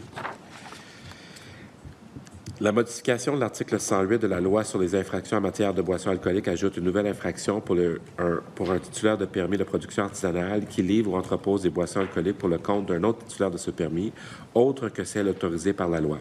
Par exemple, des spiritueux, puisque la livraison de ce type de boisson n'est pas autorisée. Une nouvelle infraction est également prévue en concordance avec les modifications apportées au permis de coopérative de producteurs artisanaux prévues à l'article 22 du projet de loi, lesquelles visent à permettre à ce titulaire d'effectuer des nouvelles activités de fabrication pour le compte d'un producteur artisanal membre de la coopérative. Ça va? Des interventions sur 17? Pas d'intervention? C'est très clair. Excellent. Tu contreviens à la loi, tu n'as pas le droit. Merci. Nous allons donc procéder à la mise aux voix de l'article 17. Est-ce que l'article 17 est adopté? Adopté. Adopté. Monsieur le ministre, 18, lecture et commentaires, s'il vous plaît. L'article 111 de cette loi est modifié par l'insertion dans le paragraphe A et après B de B.1. L'article 18 du projet de loi modifie l'article 111 de la loi sur les infractions en matière de boissons alcooliques en concordance avec les nouvelles activités de sous-traitance introduites dans la loi sur la Société des alcools du Québec. Ainsi, un producteur artisanal qui garde, possède ou transporte des boissons alcooliques d'un autre producteur artisanal de façon non conforme à ce qui est autorisé par son permis pourrait commettre une infraction susceptible d'une amende. Merci. Des commentaires sur l'article 18? Non, c'est encore... Non, ça va, Monsieur Ça le va? Président. Oui. Donc, il n'y a pas de commentaires. Nous allons procéder à la mise aux voix de l'article 18. Est-ce que l'article 18 est adopté? Adopté. Adopté. Parfait. L'article 19, Monsieur le ministre. L'article 125.1 de cette loi est modifié par l'insertion dans le premier alinéa et après ou l'article 95.3 de ou de l'autre, de ou tout autre document permettant d'établir la provenance et la destination des boissons alcooliques lorsqu'une telle exigence est prévue par la loi sur les permis alcool. Chapitre P-9.1 par la loi sur la Société des alcools du Québec, chapitre S-13 ou par leur règlement d'application. L'article 19 du projet de loi modifie l'article 125.1 de la loi sur les infractions en matière des boissons alcooliques en concordance avec les sous-traitances des activités de livraison entre producteurs artisanaux introduites dans la loi sur la Société des alcools du Québec. Cette modification permettra à un agent de la paix qui a des motifs raisonnables de croire que des boissons alcooliques se trouvent dans un véhicule d'exiger du conducteur tout document permettant d'établir la provenance et la destination des boissons alcooliques. Ainsi, le livreur pourrait être tenu de fournir l'entente de sous-traitance. Merci. Des interventions sur 19? Ça va? Pour l'intervention, donc, nous allons procéder à la mise aux voix de l'article 19. Est-ce que l'article 19 est adopté? Adopté. Adopté. Excellent. Maintenant, on doit revenir en arrière. J'ai besoin de votre consentement pour étudier l'article de 10 à 12. Est-ce que j'ai votre consentement? Votre consentement. Excellent. Monsieur le ministre, l'article 10. Je me demande, Monsieur le Président, est-ce qu'on avait lu le 10 ou je peux juste... Faut le lire? Parfait. Donc, lecture et commentaires, s'il vous plaît. Je veux vous aviser en avance que j'ai un amendement à proposer après la lecture. L'article 1.3.6.7.6 de ce règlement est modifié par le remplacement de 948 $ par 609 $. Cet article propose de réduire les droits exigibles pour la délivrance ou le renouvellement d'un permis d'exploitation d'établissement de préparation de succédants de produits laitiers. L'amendement? Oui, s'il vous plaît. Donc, l'article 10, remplacé dans l'article 10 du projet de loi, 609 par 625 $. Cet amendement propose d'ajuster les droits exigés pour la délivrance ou renouvellement d'un permis d'établissement de préparation de succédonné des produits laitiers afin de tenir compte de l'indexation qui a lieu le 1er avril 2025, conformément à l'article 1.3.6.8 du règlement sur les aliments. Merci. Ça va? Montant, c'est ça que vous faites par rapport à l'indexation, M. le ministre? OK. Fait au lieu de 609 qui est là, vous amenez ça à 625, c'est ça? C'est ça. OK. Ça, c'est votre amendement, ça? Oui. Oui. OK. Ça va? Oui. Donc, nous allons procéder à la mise aux voix de l'amendement déposé à l'article 10. Est-ce que l'amendement est adopté? Adopté. Adopté. Adopté. Excellent. On revient donc à l'article 10 amendé. Est-ce qu'il y a des interventions? Non. Pas d'intervention. On va procéder à la mise aux voix maintenant de l'article 10 tel qu'amendé. Oui. Est-ce que l'article 10 tel qu'amendé est adopté? Adopté. Oui, Adopté. Excellent. Monsieur le ministre, article 11. J'ai un amendement, article 10.1, s'il vous plaît, Monsieur le Président. Un nouvel article, c'est parfait. Allez-y. L'article 10.1, inséré après l'article 10 du projet de loi le suivant, 10.1, l'article 2.1.2 de ce règlement est modifié par l'ajout à la fin du deuxième alinéa de la phrase suivante. De plus, une personne peut, avec l'autorisation de l'exploitant, être accompagnée d'un chien dans une aire extérieure de service au public. Cet amendement propose de modifier le deuxième alinéa de l'article 2.1.2 du règlement sur les aliments afin de permettre à une personne qui accède à une aire extérieure de service au public d'être accompagnée d'un chien avec l'autorisation de l'exploitant. Ainsi, il sera possible pour une personne qui accède à la terrasse d'un restaurant d'être accompagnée de son chien. Merci, Monsieur le ministre. Oui, allez-y. Si le restaurant il n'est pas d'accord, il ne peut pas. Si la loi dit qu'ils peuvent être accompagnés par leur chien, puis le restaurant ne veut pas, il ne peut pas dire non. C'est ça, je comprends? Non. De plus, une personne peut, avec l'autorisation de l'exploitant, être Mais ça n'existe pas déjà, M. le ministre? En ce moment, on n'a pas le droit d'avoir un chien sur une terrasse dans un restaurant. Une terrasse extérieure. C'est pas permis. C'est pas parce que vous l'avez déjà vu que c'était permis. Ah, OK. Fait que ça prend un permis pour le faire? C'est pas un permis, c'est juste de donner le droit. Avant, c'était pas permis. OK. Là, c'est permis. Bien, en fait, si vous acceptez, ça va être permis. Ça va? Oui, l'autorisation de l'exploitant. D'autres interventions, Mme la députée? Non, ça va, Donc, merci. parfait. Nous allons procéder à l'adoption de l'amendement qui introduit le nouvel article à 10.1. Est-ce que l'amendement déposé qui introduit l'article 10.1 est adopté? Adopté. Merci. Monsieur le ministre, je pense que vous avez un autre amendement pour introduire un nouvel article à 10.2. C'est quoi ça? On va suspendre les travaux quelques instants. Merci. Alors, nous allons reprendre les travaux. Monsieur le ministre, j'ai compris que vous aviez un amendement pour introduire un nouvel article 10.2. Oui, Monsieur le Président. Insérer après l'intitulé du chapitre 2 du projet de loi ce qui suit, Loi sur l'administration fiscale 10.2, l'article 69.0.0.1 de la Loi sur l'administration fiscale, chapitre A-6.002, et modifié par l'ajout à la fin de l'alinéa suivant, sont également des renseignements à caractère public, le nom de la personne prescrite, visé au premier alinéa de l'article 677 R 9.0.1 du règlement sur la taxe des ventes du Québec, chapitre T-0.1 R2, qui vend ou livre une bière qui doit être dans un contenant marqué conformément au règlement sur la manière prescrite de marquer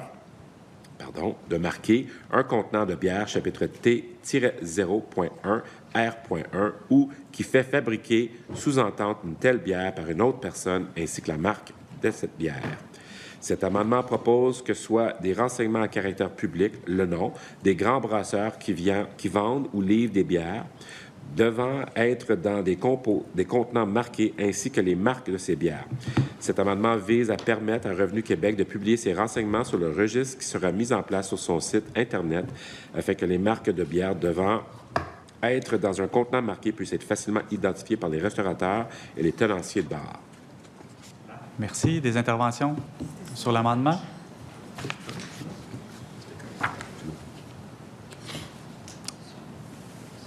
Pas d'autres interventions?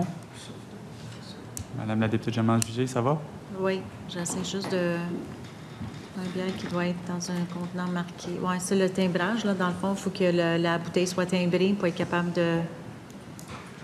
C'est ça, Monsieur le ministre?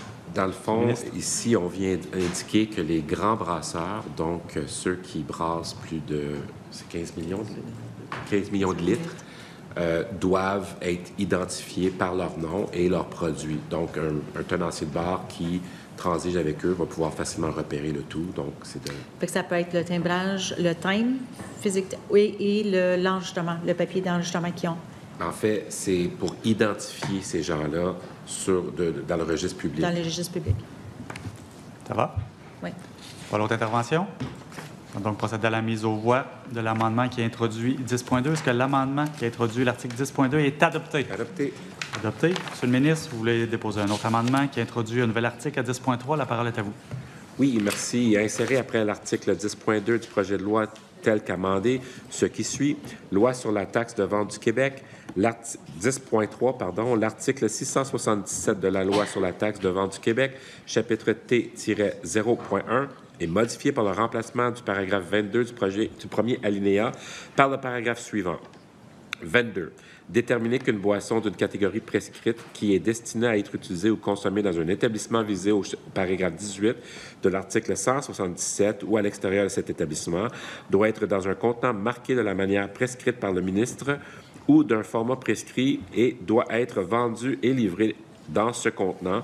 Prescrire que tels contenants sont à l'usage exclusif de l'établissement et déterminer les personnes qui constituent des personnes prescrites pour l'application de telles obligations à l'égard d'une boisson d'une catégorie prescrite et les exigences applicables de telles personnes. Cet amendement vise à permettre au gouvernement de déterminer par règlement les personnes qui constituent des personnes prescrites pour l'application de l'obligation de marquage des contenants de bière et les exigences auxquelles ces personnes doivent satisfaire dans le cadre de cette obligation. Des modifications techniques visant à clarifier la disposition sont également proposées par cet amendement. Monsieur le ministre, allez-y. Oui, merci, Monsieur le Président. Juste si le ministre peut me qualifier, parce que là, ici, qu'est-ce que je comprends? Il se donne du pouvoir, là. Il dit doit être dans un contenant marqué de la manière prescrite par le ministre. Pouvez-vous juste élaborer un petit peu là-dessus? Lavigne. Oui. Parfait. Monsieur Lavigne, vu que c'est votre première intervention aujourd'hui, je vais vous demander de vous présenter avec votre titre. Mais avant, j'ai besoin de votre consentement. Oui, Consentement, allez-y. La parole est à vous. Oui. Bonjour. Benoît Lavigne, directeur du Bureau de la gouvernance et de la coopération réglementaire au ministère de l'Économie, de l'Innovation et de l'Énergie. Allez-y. Donc, concernant les articles 10.2 jusqu'à 12.1, donc 7 articles, incluant le précédent, c'est des articles qui portent sur la mesure d'exemption au marquage des contenants de bière de microbrasserie. Donc, c'est une mesure qui fait en sorte d'exempter au marquage CSP les bières de microbrasserie pour les microbrasseries qui vendent moins de 15 millions de litres. Donc, les amendements qui sont apportés visent à simplifier la mise en œuvre de la mesure. Donc, plutôt que de nommément exclure chacune des microbrasseries, on vient limiter l'obligation de marquage seulement aux grands brasseurs. Donc, l'article 10.3, lui, vient déterminer les personnes qui vont être visées par l'obligation de marquage. Donc, c'est le pouvoir habilitant pour pouvoir déterminer les personnes qui vont être visées par le marquage. Ça va? Merci pour les précisions. Madame la députée Jamal-Vigée. Non, je comprends l'explication de M. Lavigne. C'est juste qu'ici, on parle... Là, c'est trop haut, là. On parle du ministre. On dit doit être dans un contenant marqué de manière prescrite par le ministre ou d'un format prescrit et doit être vendu et livré dans ce contenant. Quand vous dites prescrit par le ministre, vous voulez dire quoi? Le ministre des Qu'est-ce Finances. qui est dans la... Ah, c'est sa loi. C'est pour vous. OK, on parle de... OK. Mais vous étiez à l'aise de me donner des pouvoirs tantôt. Oui, bien, c'est ça. Je me demandais, c'est pour ça que vous avez dit non à moi, puis à l'amendement, puis là, ici, vous vous donnez des pouvoirs, fait que je commençais à prendre ça personnel un peu. OK, fait là, je comprends, c'est le ministre des Finances. Et voilà. OK. Ça va? Oui. Pas d'autres interventions? Non. Est-ce que l'amendement qui introduit l'article 10.3 est adopté? Adopté. Adopté. Excellent. Monsieur le ministre, l'article que vous voulez déposer un nouvel amendement qui introduit un nouvel article à 10.4, la parole est à vous. Insérer avant l'article 11 du projet de loi le suivant, 10.4, l'article 677 R1 du règlement sur la taxe de vente du Québec, chapitre T-0.1 R2, est modifié par le remplacement dans le premier alinéa de 677 R9.2 par 677 R9.2.1. Cet amendement vise à faire en sorte que les définitions des expressions établissement et contenant marqués s'appliquent à l'article 677 R9.2.1 du règlement sur la taxe de vente du Québec proposé dans le cadre du présent projet de loi. Des interventions sur cet amendement qui introduit l'article 10.4.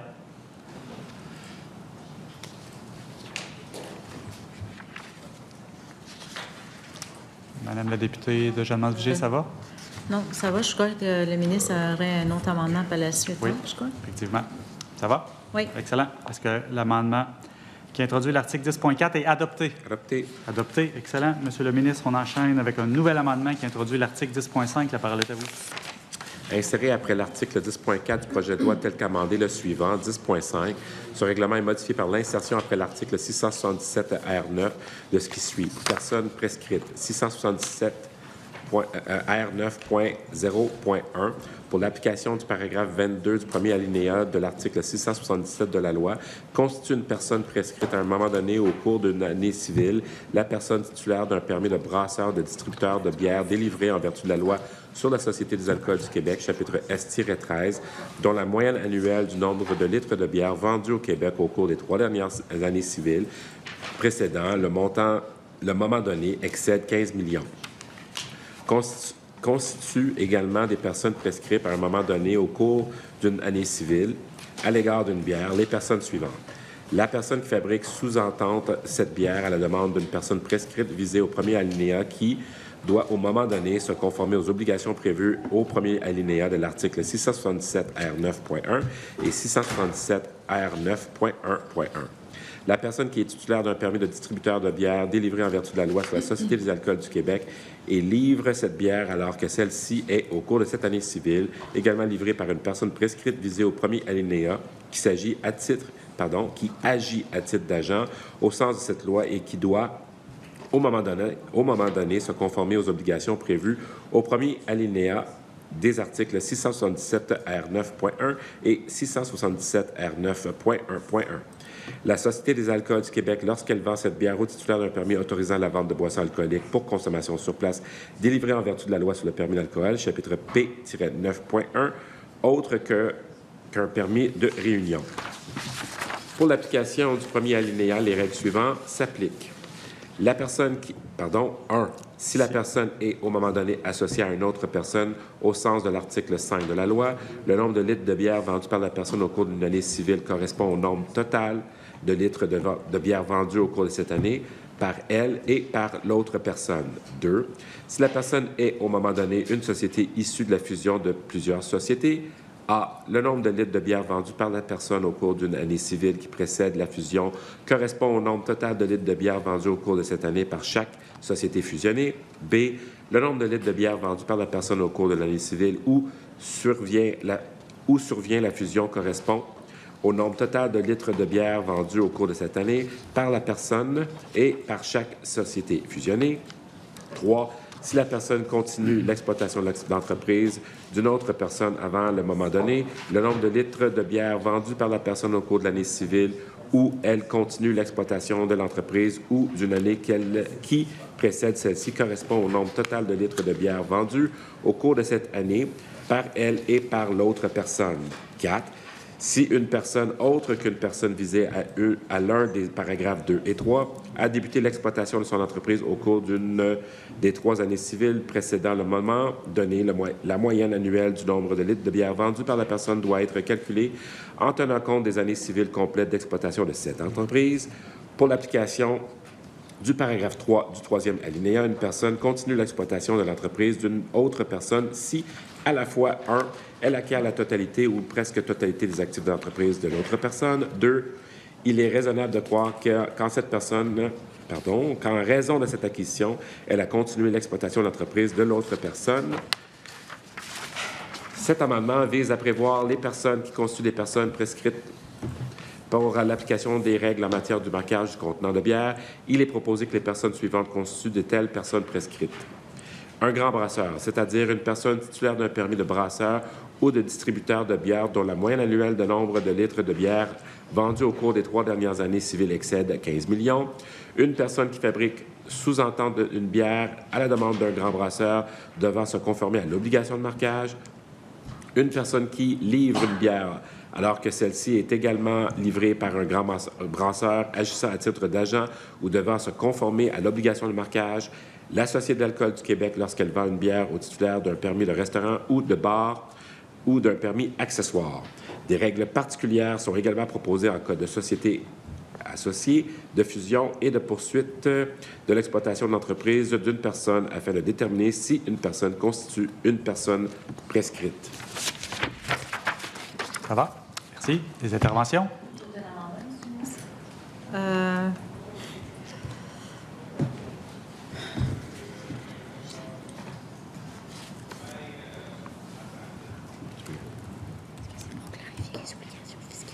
Oui, c'est ça. Si on vient de clarifier les obligations, oui, c'est ça.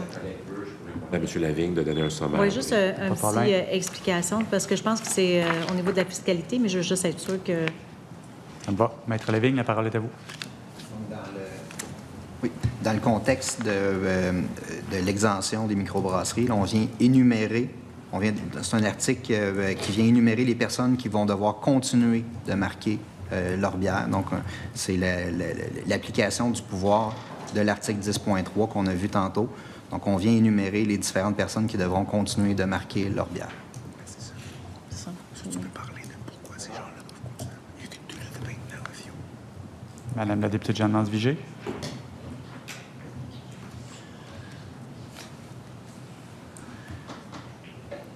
Est-ce qu'il y a d'autres interventions?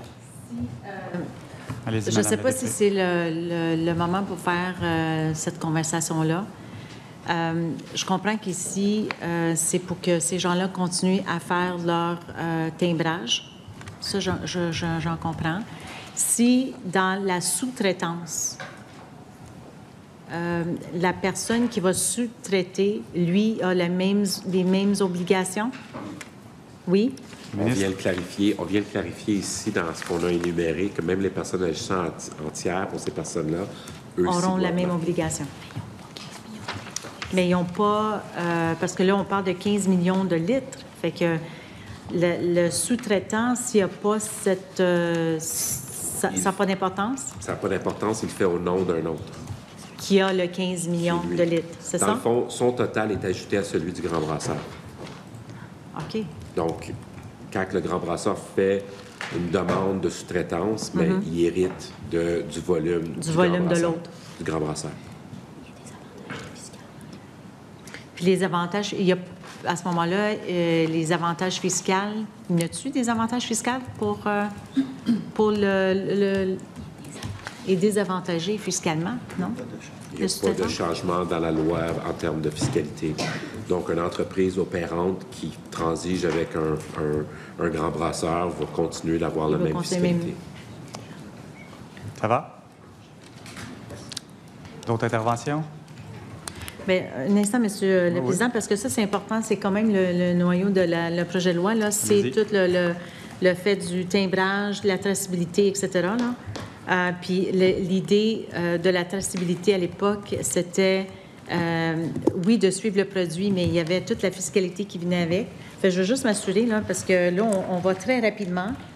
Fait que je veux juste m'assurer qu'on est... Je veux juste clarifier pour la collègue, Oui. il n'y a pas d'enjeu de fiscalité, là. Il n'y a pas d'impact fiscal. Les thèmes, depuis bon moment, sont harmonisés. Il n'y a plus d'enjeu fiscal à ce niveau-là.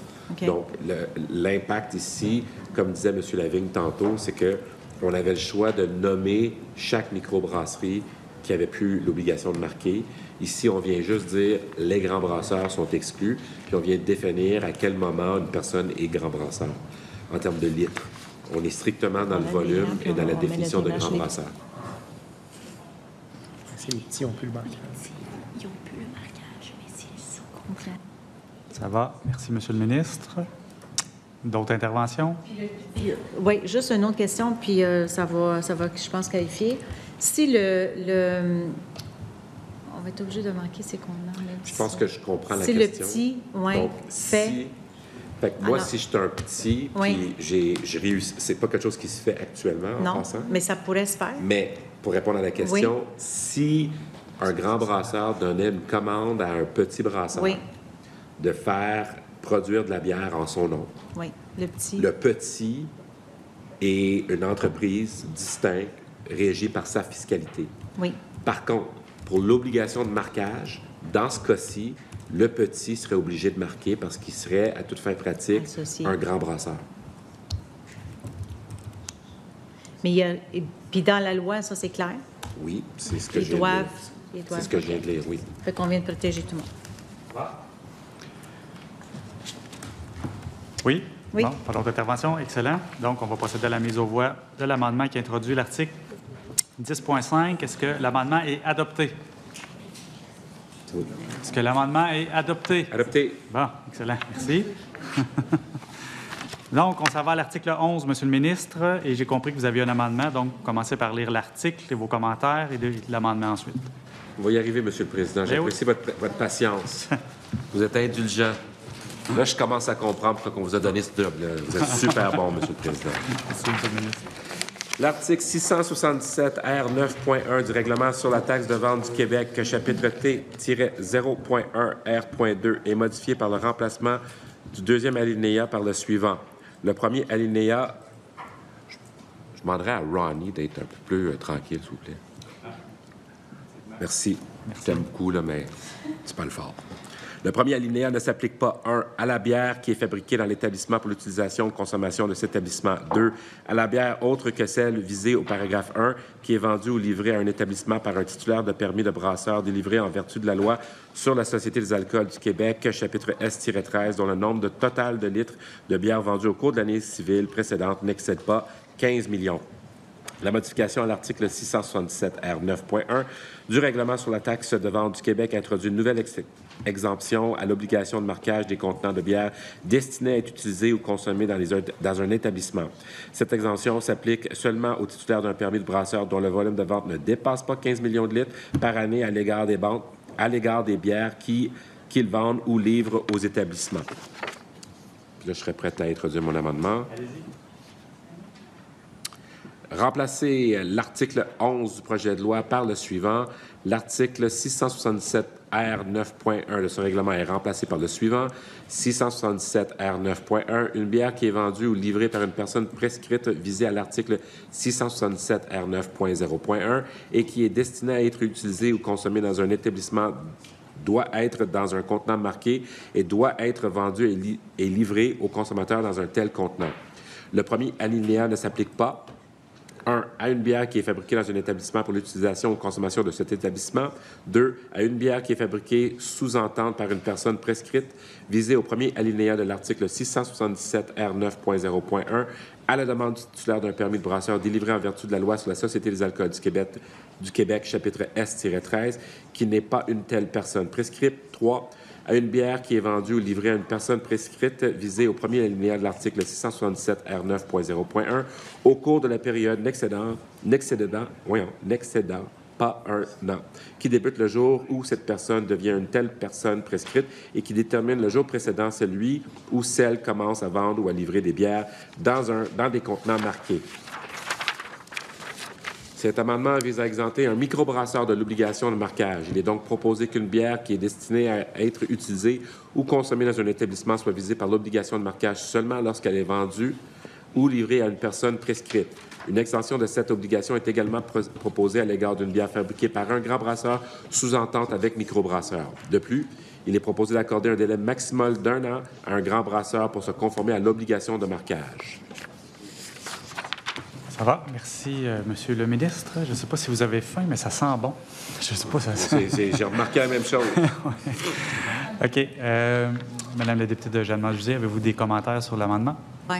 Bien, écoutez, avant, oui, on est là sur l'amendement, mais là, on est vraiment dans le, comme je dis, dans le cadre du projet de loi, tout ce qui est timbrage. Puis là, on avait plusieurs groupes en commission parlementaire, puis c'est dommage parce que mon collègue de Marguerite-Bourgeois a quand même fait plusieurs interventions à cet effet-là. Et aujourd'hui, malheureusement, il est au huis clos pour le budget. Et je sais qu'il a déjà fait à plusieurs reprises ces interventions-là en disant, bien, justement, pourquoi qu'on n'aille pas plus loin. Les groupes qui sont venus en commission parlementaire nous disaient, le timbrage, c'est lourd, on n'a pas besoin. Nous, en tant que producteurs, on est capable d'avoir cette traçabilité-là parce qu'on a des registres qu'on tient. Puis même, il y avait l'exemple de le livreur qui amène la caisse de bière, puis le timbre, il y en a un qui décolle, puis le restaurateur, lui, il a ce fardeau-là.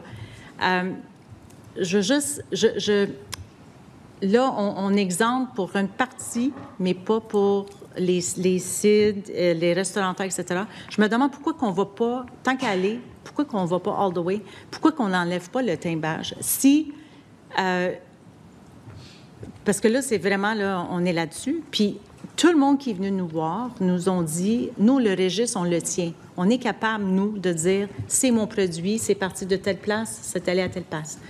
C'est sûr que le timbrage fait en sorte que, puis le ministre l'a déjà évoqué, de dire c'est plus facile. Quelqu'un qui rentre dans un restaurant pour faire le check, c'est plus facile de voir si la bouteille est timbrée ou pas. J'en conviens.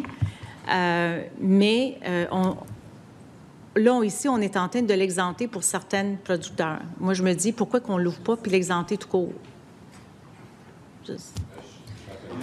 Monsieur le Président, deux choses. Les grands brasseurs nous ont demandé de garder le marquage, donc c'est une des raisons pourquoi on répond présent pour ça. Puis la collègue a raison. Il y a un ménage qui doit se faire dans dans le marquage en général, puis dans la loi sur l'alcool en général. Et c'est ça qu'on essaie de faire. On le fait de manière délibérée. On fait attention de bien mesurer les impacts. Et ici, on fait un autre pas en avant. C'est sûr que moi, le premier, j'aimerais ça aller plus vite, mais on fait les choses dans l'ordre, Monsieur le Président. Madame la députée de Jeanne-Mance-Vigée. Bien, je remercie toujours l'ouverture que le ministre a, parce que je suis convaincue, moi aussi, qu'il voudrait aller plus vite. Les analyses, je pense, qui ont été faites, ça fait un petit bout de temps, parce que nous, à l'époque, en 2018, avec sous le leadership de Martin Coiteux à l'époque et Carlos Lateo, on a amené le projet de loi à l'adoption à l'unanimité du projet de loi 170 qui, d'ailleurs, prévoyait justement ça, l'abolition des timbres avec une entrée en vigueur de juin 2020. Alors, dans le fond, ici, qu'est-ce qu'on fait? C'est qu'on recule quasiment parce que dans les groupes qui sont venus, l'analyse d'impact a été faite. On avait même convenu, on est allé très loin, on était là, ça a été adopté, puis c'était la mise en vigueur pour 2020. Là, on recule. On n'avance pas, on recule, Monsieur le Président. Fait que je me demande, est-ce que...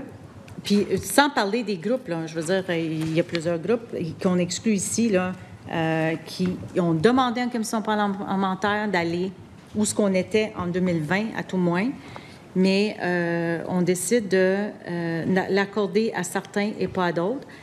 Je ne sais pas comment qu'on fait cette distinction-là, Monsieur le Président, de dire, bien, tel groupe oui, tel groupe non. Quand je répète, là, on était là. En 2018, la loi a été adoptée à l'unanimité et que c'était supposé être rentré en vigueur parce qu'on se donnait quand même un peu de temps de la mise en œuvre. Là. Vous savez comment ça fonctionne. pour que tout le monde s'adapte à la nouvelle procédure, le 12 juin 2020. Alors, je me demande pourquoi il y a eu ce recul-là. Je veux juste comprendre pourquoi qu'on retourne quasiment à la case de départ. Bien, en fait, je veux juste corriger la collègue. Il n'y a personne qui recule, on avance. On avance. Le projet de loi 190 avait été, pas 90, 70, avait été adopté. Il avait été adopté, puis on a créé un comité. Puis dans ce comité-là, mais il n'y a pas eu de consensus.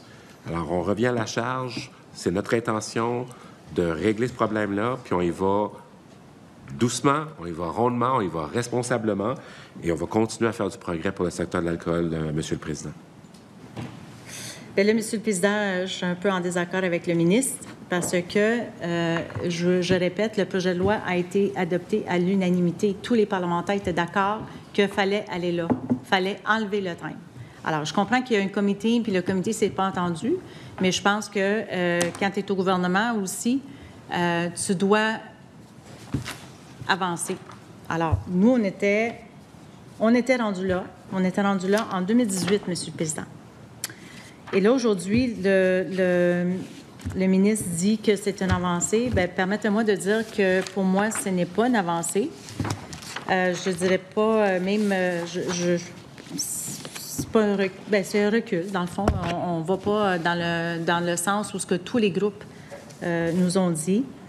Et je vous fais remarquer qu'en 2025, qui est cette année, il y a plus que tous les PME, tous les producteurs de boissons alcoolisées, nos bars, nos restaurants, tous les milieux qui ont connu des moments très, très difficiles pendant la COVID, Monsieur le Président. Là. Je pense que tous les élus autour de la table ont eu des appels de nos commerçants, nos restaurants. Moi, j'ai des salles de réception dans mon comté qui m'ont appelé parce qu'il y avait des annulations par-dessus des annulations, des mariages, etc.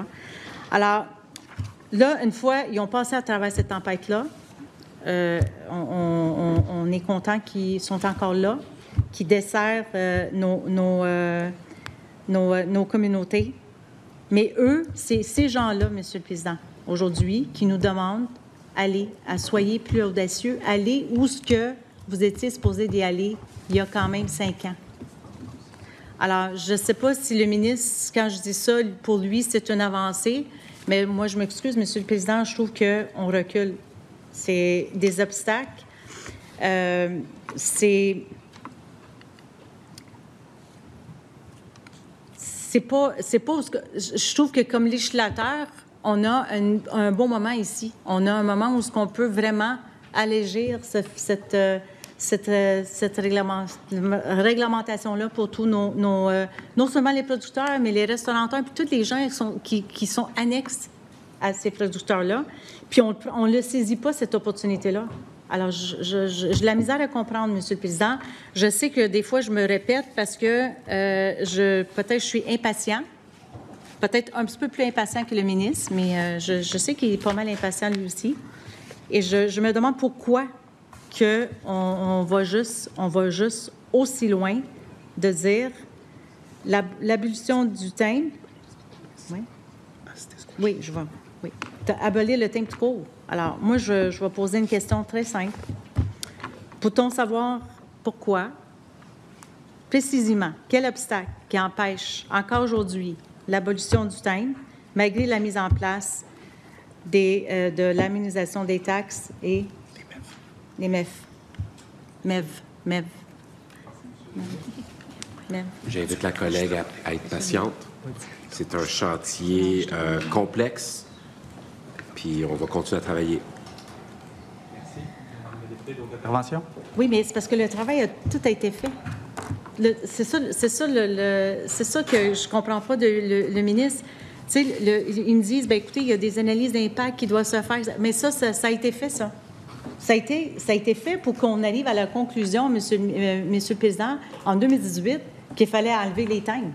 Alors, je ne peux pas croire que... Puis encore aujourd'hui, on n'était pas dans le champ, Monsieur le Président, parce que tous les groupes qui sont venus nous ont tous dit la même affaire. Alors, c'est encore la réalité. Alors, on ne peut pas juste dire, bien, il n'y a pas... C'est soit qu'il y a Puis, tu sais, je ne veux pas dire ça, soit qu'il n'y a pas la volonté politique, mais je sais que le ministre, c'est pas ça. C'est pas ça.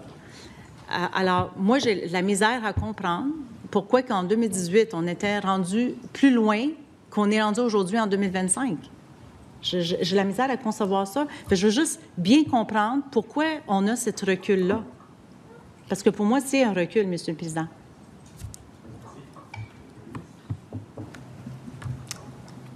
Madame la députée, je vous redonne la parole. Vous souhaitez faire une autre intervention?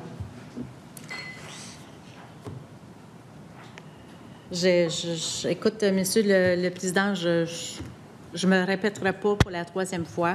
Je trouve ça de valeur.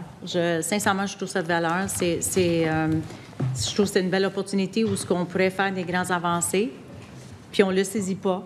Puis comme législateur, j'ai beaucoup de difficultés. Un législateur, quand on vient en commission parlementaire, après avoir fait des consultations, après où les gens ont déposé des mémoires, les gens très connaisseurs dans leur domaine viennent nous expliquer leur réalité. Ils nous disent carrément abolir le thème. Je vous dis, on était là il y a au-delà de 5 ans. On était déjà là. Et là, aujourd'hui, bien là, on dit, bien, savez-vous quoi? On va abolir le thème pour certains, mais pas pour d'autres. Quand tous les groupes, s'il y avait un consensus, je pense, puis corrigez-moi, Monsieur le ministre, si j'ai mal lu les consultations et les mémoires qui ont été déposées, s'il y avait un consensus, c'était bien celle-là. C'était d'enlever le thème tout court. Il y avait ce consensus-là de tous les groupes. Alors, je ne sais pas pourquoi, aujourd'hui, on n'entend pas cette pas-là. On ne va pas. Puis, tu sais, j'accepte pas l'argumentaire à ce moment-ci de me dire, bien, on va revenir. On va revenir, on va continuer à faire le travail, là. Il y a d'autres consultations. Les consultations ont été faites. Les constats ont été faits. Puis pas d'aujourd'hui. Dans le fond, là, je vais dire ça comme ça, ça va être très simple à comprendre, Monsieur le Président. Le constat a été fait en 2018, tellement que la loi a été adoptée à l'unanimité. 2018 à 2025, on se trouve dans la même situation aujourd'hui, sur le même sujet. Les études d'analyse, les vérifications, ils ont toutes été faites parce que sinon, on n'aurait pas eu le projet de loi. Vrai? Bon. Une fois que je dis ça, tous les groupes, on a testé parce que la commission parlementaire, ça sert à ça. Les consultations publiques servent à ça. De dire, on étudie toujours d'actualité. Tout le monde nous a dit, oui, il fallait aller là. Et là, aujourd'hui, on décide de scinder, de dire, bien, certains oui, certains non. Pourquoi? Je veux juste comprendre pourquoi le ministre fait ça, pourquoi on ne va pas où ce qu'on était en 2018. On était précurseur pas à peu près, M. le Président, là, à l'époque. Alors, je veux juste... Puis pourquoi vous sélectionnez certains et pas d'autres quand tout le monde est venu en commission parlementaire nous dire enlever le thème. Nous, là, si c'est pour la traçabilité, on est capable. Chaque producteur est capable de tracer leurs produits. C'est un fait. Ils l'ont dit. C'est écrit dans les mémoires. Alors, pourquoi? Tout simplement, pourquoi qu'aujourd'hui, on se retrouve dans une situation 6 ans plus tard où, au lieu d'avancer, on recule. Et de deux, non seulement on recule, on décide qui va avoir le timbrage puis qui ne l'a pas. Pourquoi qu'on fait cette distinction-là? Je ne comprends pas. D'autres interventions? S'il n'y a pas d'autres interventions, nous allons procéder à la mise aux voix de l'amendement. Donc, est-ce que l'amendement déposé à l'article 11 est adopté? Adopté. On revient donc à l'article 11 qui est maintenant amendé. Est-ce qu'il y a des interventions sur l'article 11 amendé? Madame la députée? Bien, écoute, je comprends que le ministre, il n'y a pas d'explication à me donner. Je comprends. Je pense que là-dessus, on ne s'entendra pas, de toute évidence. J'ai même une citation de le porte-parole à l'époque de la CAQ qui disait ceci. Si on est capable d'extrapoler le nombre de cannes de sirop vendues par une cabane à sucre au moyen de MEV, je pense qu'on est capable d'extrapoler aussi au moyen de MEV les débits de boissons ou des brasseries qui vendent de la boisson. Je pense que ça serait un moyen pas mal plus de nos jours, pas mal plus moderne et qui aussi empêcherait nos policiers de faire de la vérification qui, bien souvent, est inutile et qui est une perte de temps. Je pense que nous sommes rendus là. Ça, c'est un député, je n'ai pas l'année, là. Non, c'est pas, non, c'est, je ne veux pas dire son nom, mais si vous voulez, je peux vous le dire, là. C'est le porte-parole à l'époque de la CAQ, M. Spinard, qui disait ça. Alors, voyez-vous, je pense que tout le monde était rendu là à cette époque-là, Monsieur le Président. Puis là, je réitère, là, on parle de 2018, là. Ça fait quand même un couple d'années de ça. Alors, je vais réitérer, puis je sais que le ministre n'aime pas ça quand je dis ça, mais c'est votre 4e projet de loi, Monsieur le ministre. Vous dites qu'il y en a un autre qui s'en vient. Très bien, on va continuer à faire de l'allègement réglementaire si c'est pour vous l'allègement réglementaire. Moi, c'est pas tout à fait ça. J'irai un petit peu plus fort, puis je serai un petit peu plus audacieux. Une fois, je dis ça, particulièrement sur le timbrage. Je ne peux pas accepter que vous me disiez, bien, il y a des études, des analyses qu'on doit faire. Je n'accepte pas ça comme argumentaire. Je ne peux pas accepter non plus qu'il reste du travail à faire quand, et je le répète, on était rendu là en 2018. Une fois, je dis ça, on aurait pu constater, Monsieur le Président, qu'on était dans le champ. Si, dans les consultations publiques, les groupes qui sont venus puis qui ont déposé des mémoires nous auraient dit le contraire. C'est pas ça qu'ils nous ont dit. Ils nous ont dit qu'on était à la bonne place, que c'est exactement là qu'on devrait y aller. C'est enlever le timbrage pour tout le monde. Ici, on décide de scinder ça en deux et de dire, bien, il y a certains groupes qui vont n'auront pas cette obligation-là, mais il y a d'autres groupes qui auront l'obligation de timbrer. Comment qu'on a fait cette distinction-là, Monsieur le Président, quand, je vous répète, on était rendu plus loin, on disait que ce n'était pas nécessaire. L'argumentaire de l'accessibilité, là, ça ne tient pas. Ça ne tient pas parce que tous les groupes nous ont dit qu'ils ont cette responsabilité-là. Ils sont capables de tracer leurs produits. Ça enlèverait beaucoup de paperasse, beaucoup de temps. Il y a des groupes qui sont venus nous dire que c'est des ressources à temps plein quasiment pour faire le timbrage. Ça, c'est des petits, là.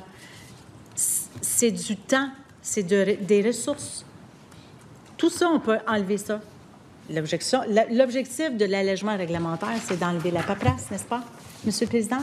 C'est pour ça qu'on fait ces projets de loi-là, d'allégir ce fardeau-là sur nos entrepreneurs. C'est l'objectif premier. Et je sais que le ministre, c'est ça qu'il veut. Mais on ne le fait pas. Je ne trouve pas qu'on le fait avec ça. En moins que vous me dites le contraire, mais moi, je ne le vois pas. Je vois qu'on a choisi de sélectionner certaines personnes qui ont les ressources pour les faire, en passant. Hein? Je veux juste dire ça comme ça. Et les autres qui n'ont pas les ressources, bien, eux, on les tient. On tient ce fardeau-là sur eux. Ils gardent le timbrage. Alors, moi, je ne sais pas si le ministre, parce qu'il dit que c'est en évolution, on est en train d'étudier, il y a un comité qui se penche là-dessus. Très bien. J'aimerais ça savoir le coût annuel de ce système archaïque. Puis combien ça coûte pour la SAQ, ce système de timbrage. Je ne sais pas si on a ce chiffre-là. Je suis curieuse de savoir c'est quoi. Puis, si on les enlèverait, c'est quoi les économies qu'on ferait? Juste par curiosité. Est-ce que cette évaluation, on n'est pas rendu là dans le travail? Avec votre permission, je laisserai Revenu Québec répondre. Vous pouvez intervenir? Est-ce que je comprends que vous n'avez pas compris la question? Légiste à Revenu Québec. Parfait. Est-ce que j'ai votre consentement? Oui. Parfait. Allez-y. Malheureusement, je n'ai pas les données que vous demandez par rapport à la SAQ. Madame la députée? Oui.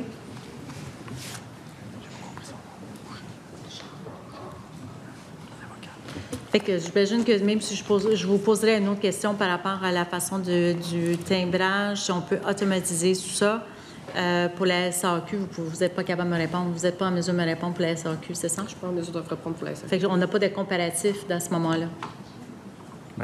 J'en ai pas présentement. Bon. Wow. OK. Madame la députée, d'autres interventions? Oui.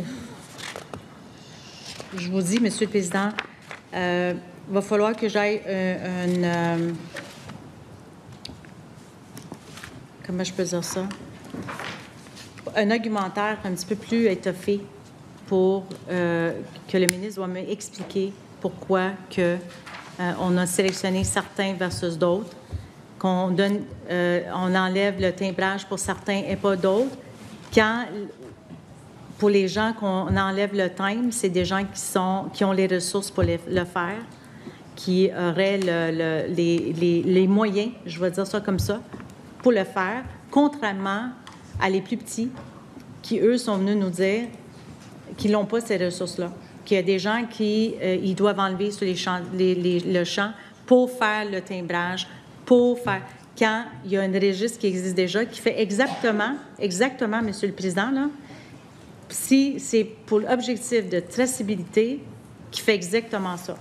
Exactement ça, Monsieur le Président. Alors, je ne peux pas concevoir qu'aujourd'hui, on est dans un projet de loi où ce que je vais vous lire le titre, là, loi qui modifie diverses dispositions, principalement aux fins d'allègement du fardeau réglementaire et administratif. C'est exactement de quoi qu'on parle, là. Réglementaire et administrative, que le ministre aujourd'hui ne veut pas faire ce pas-là.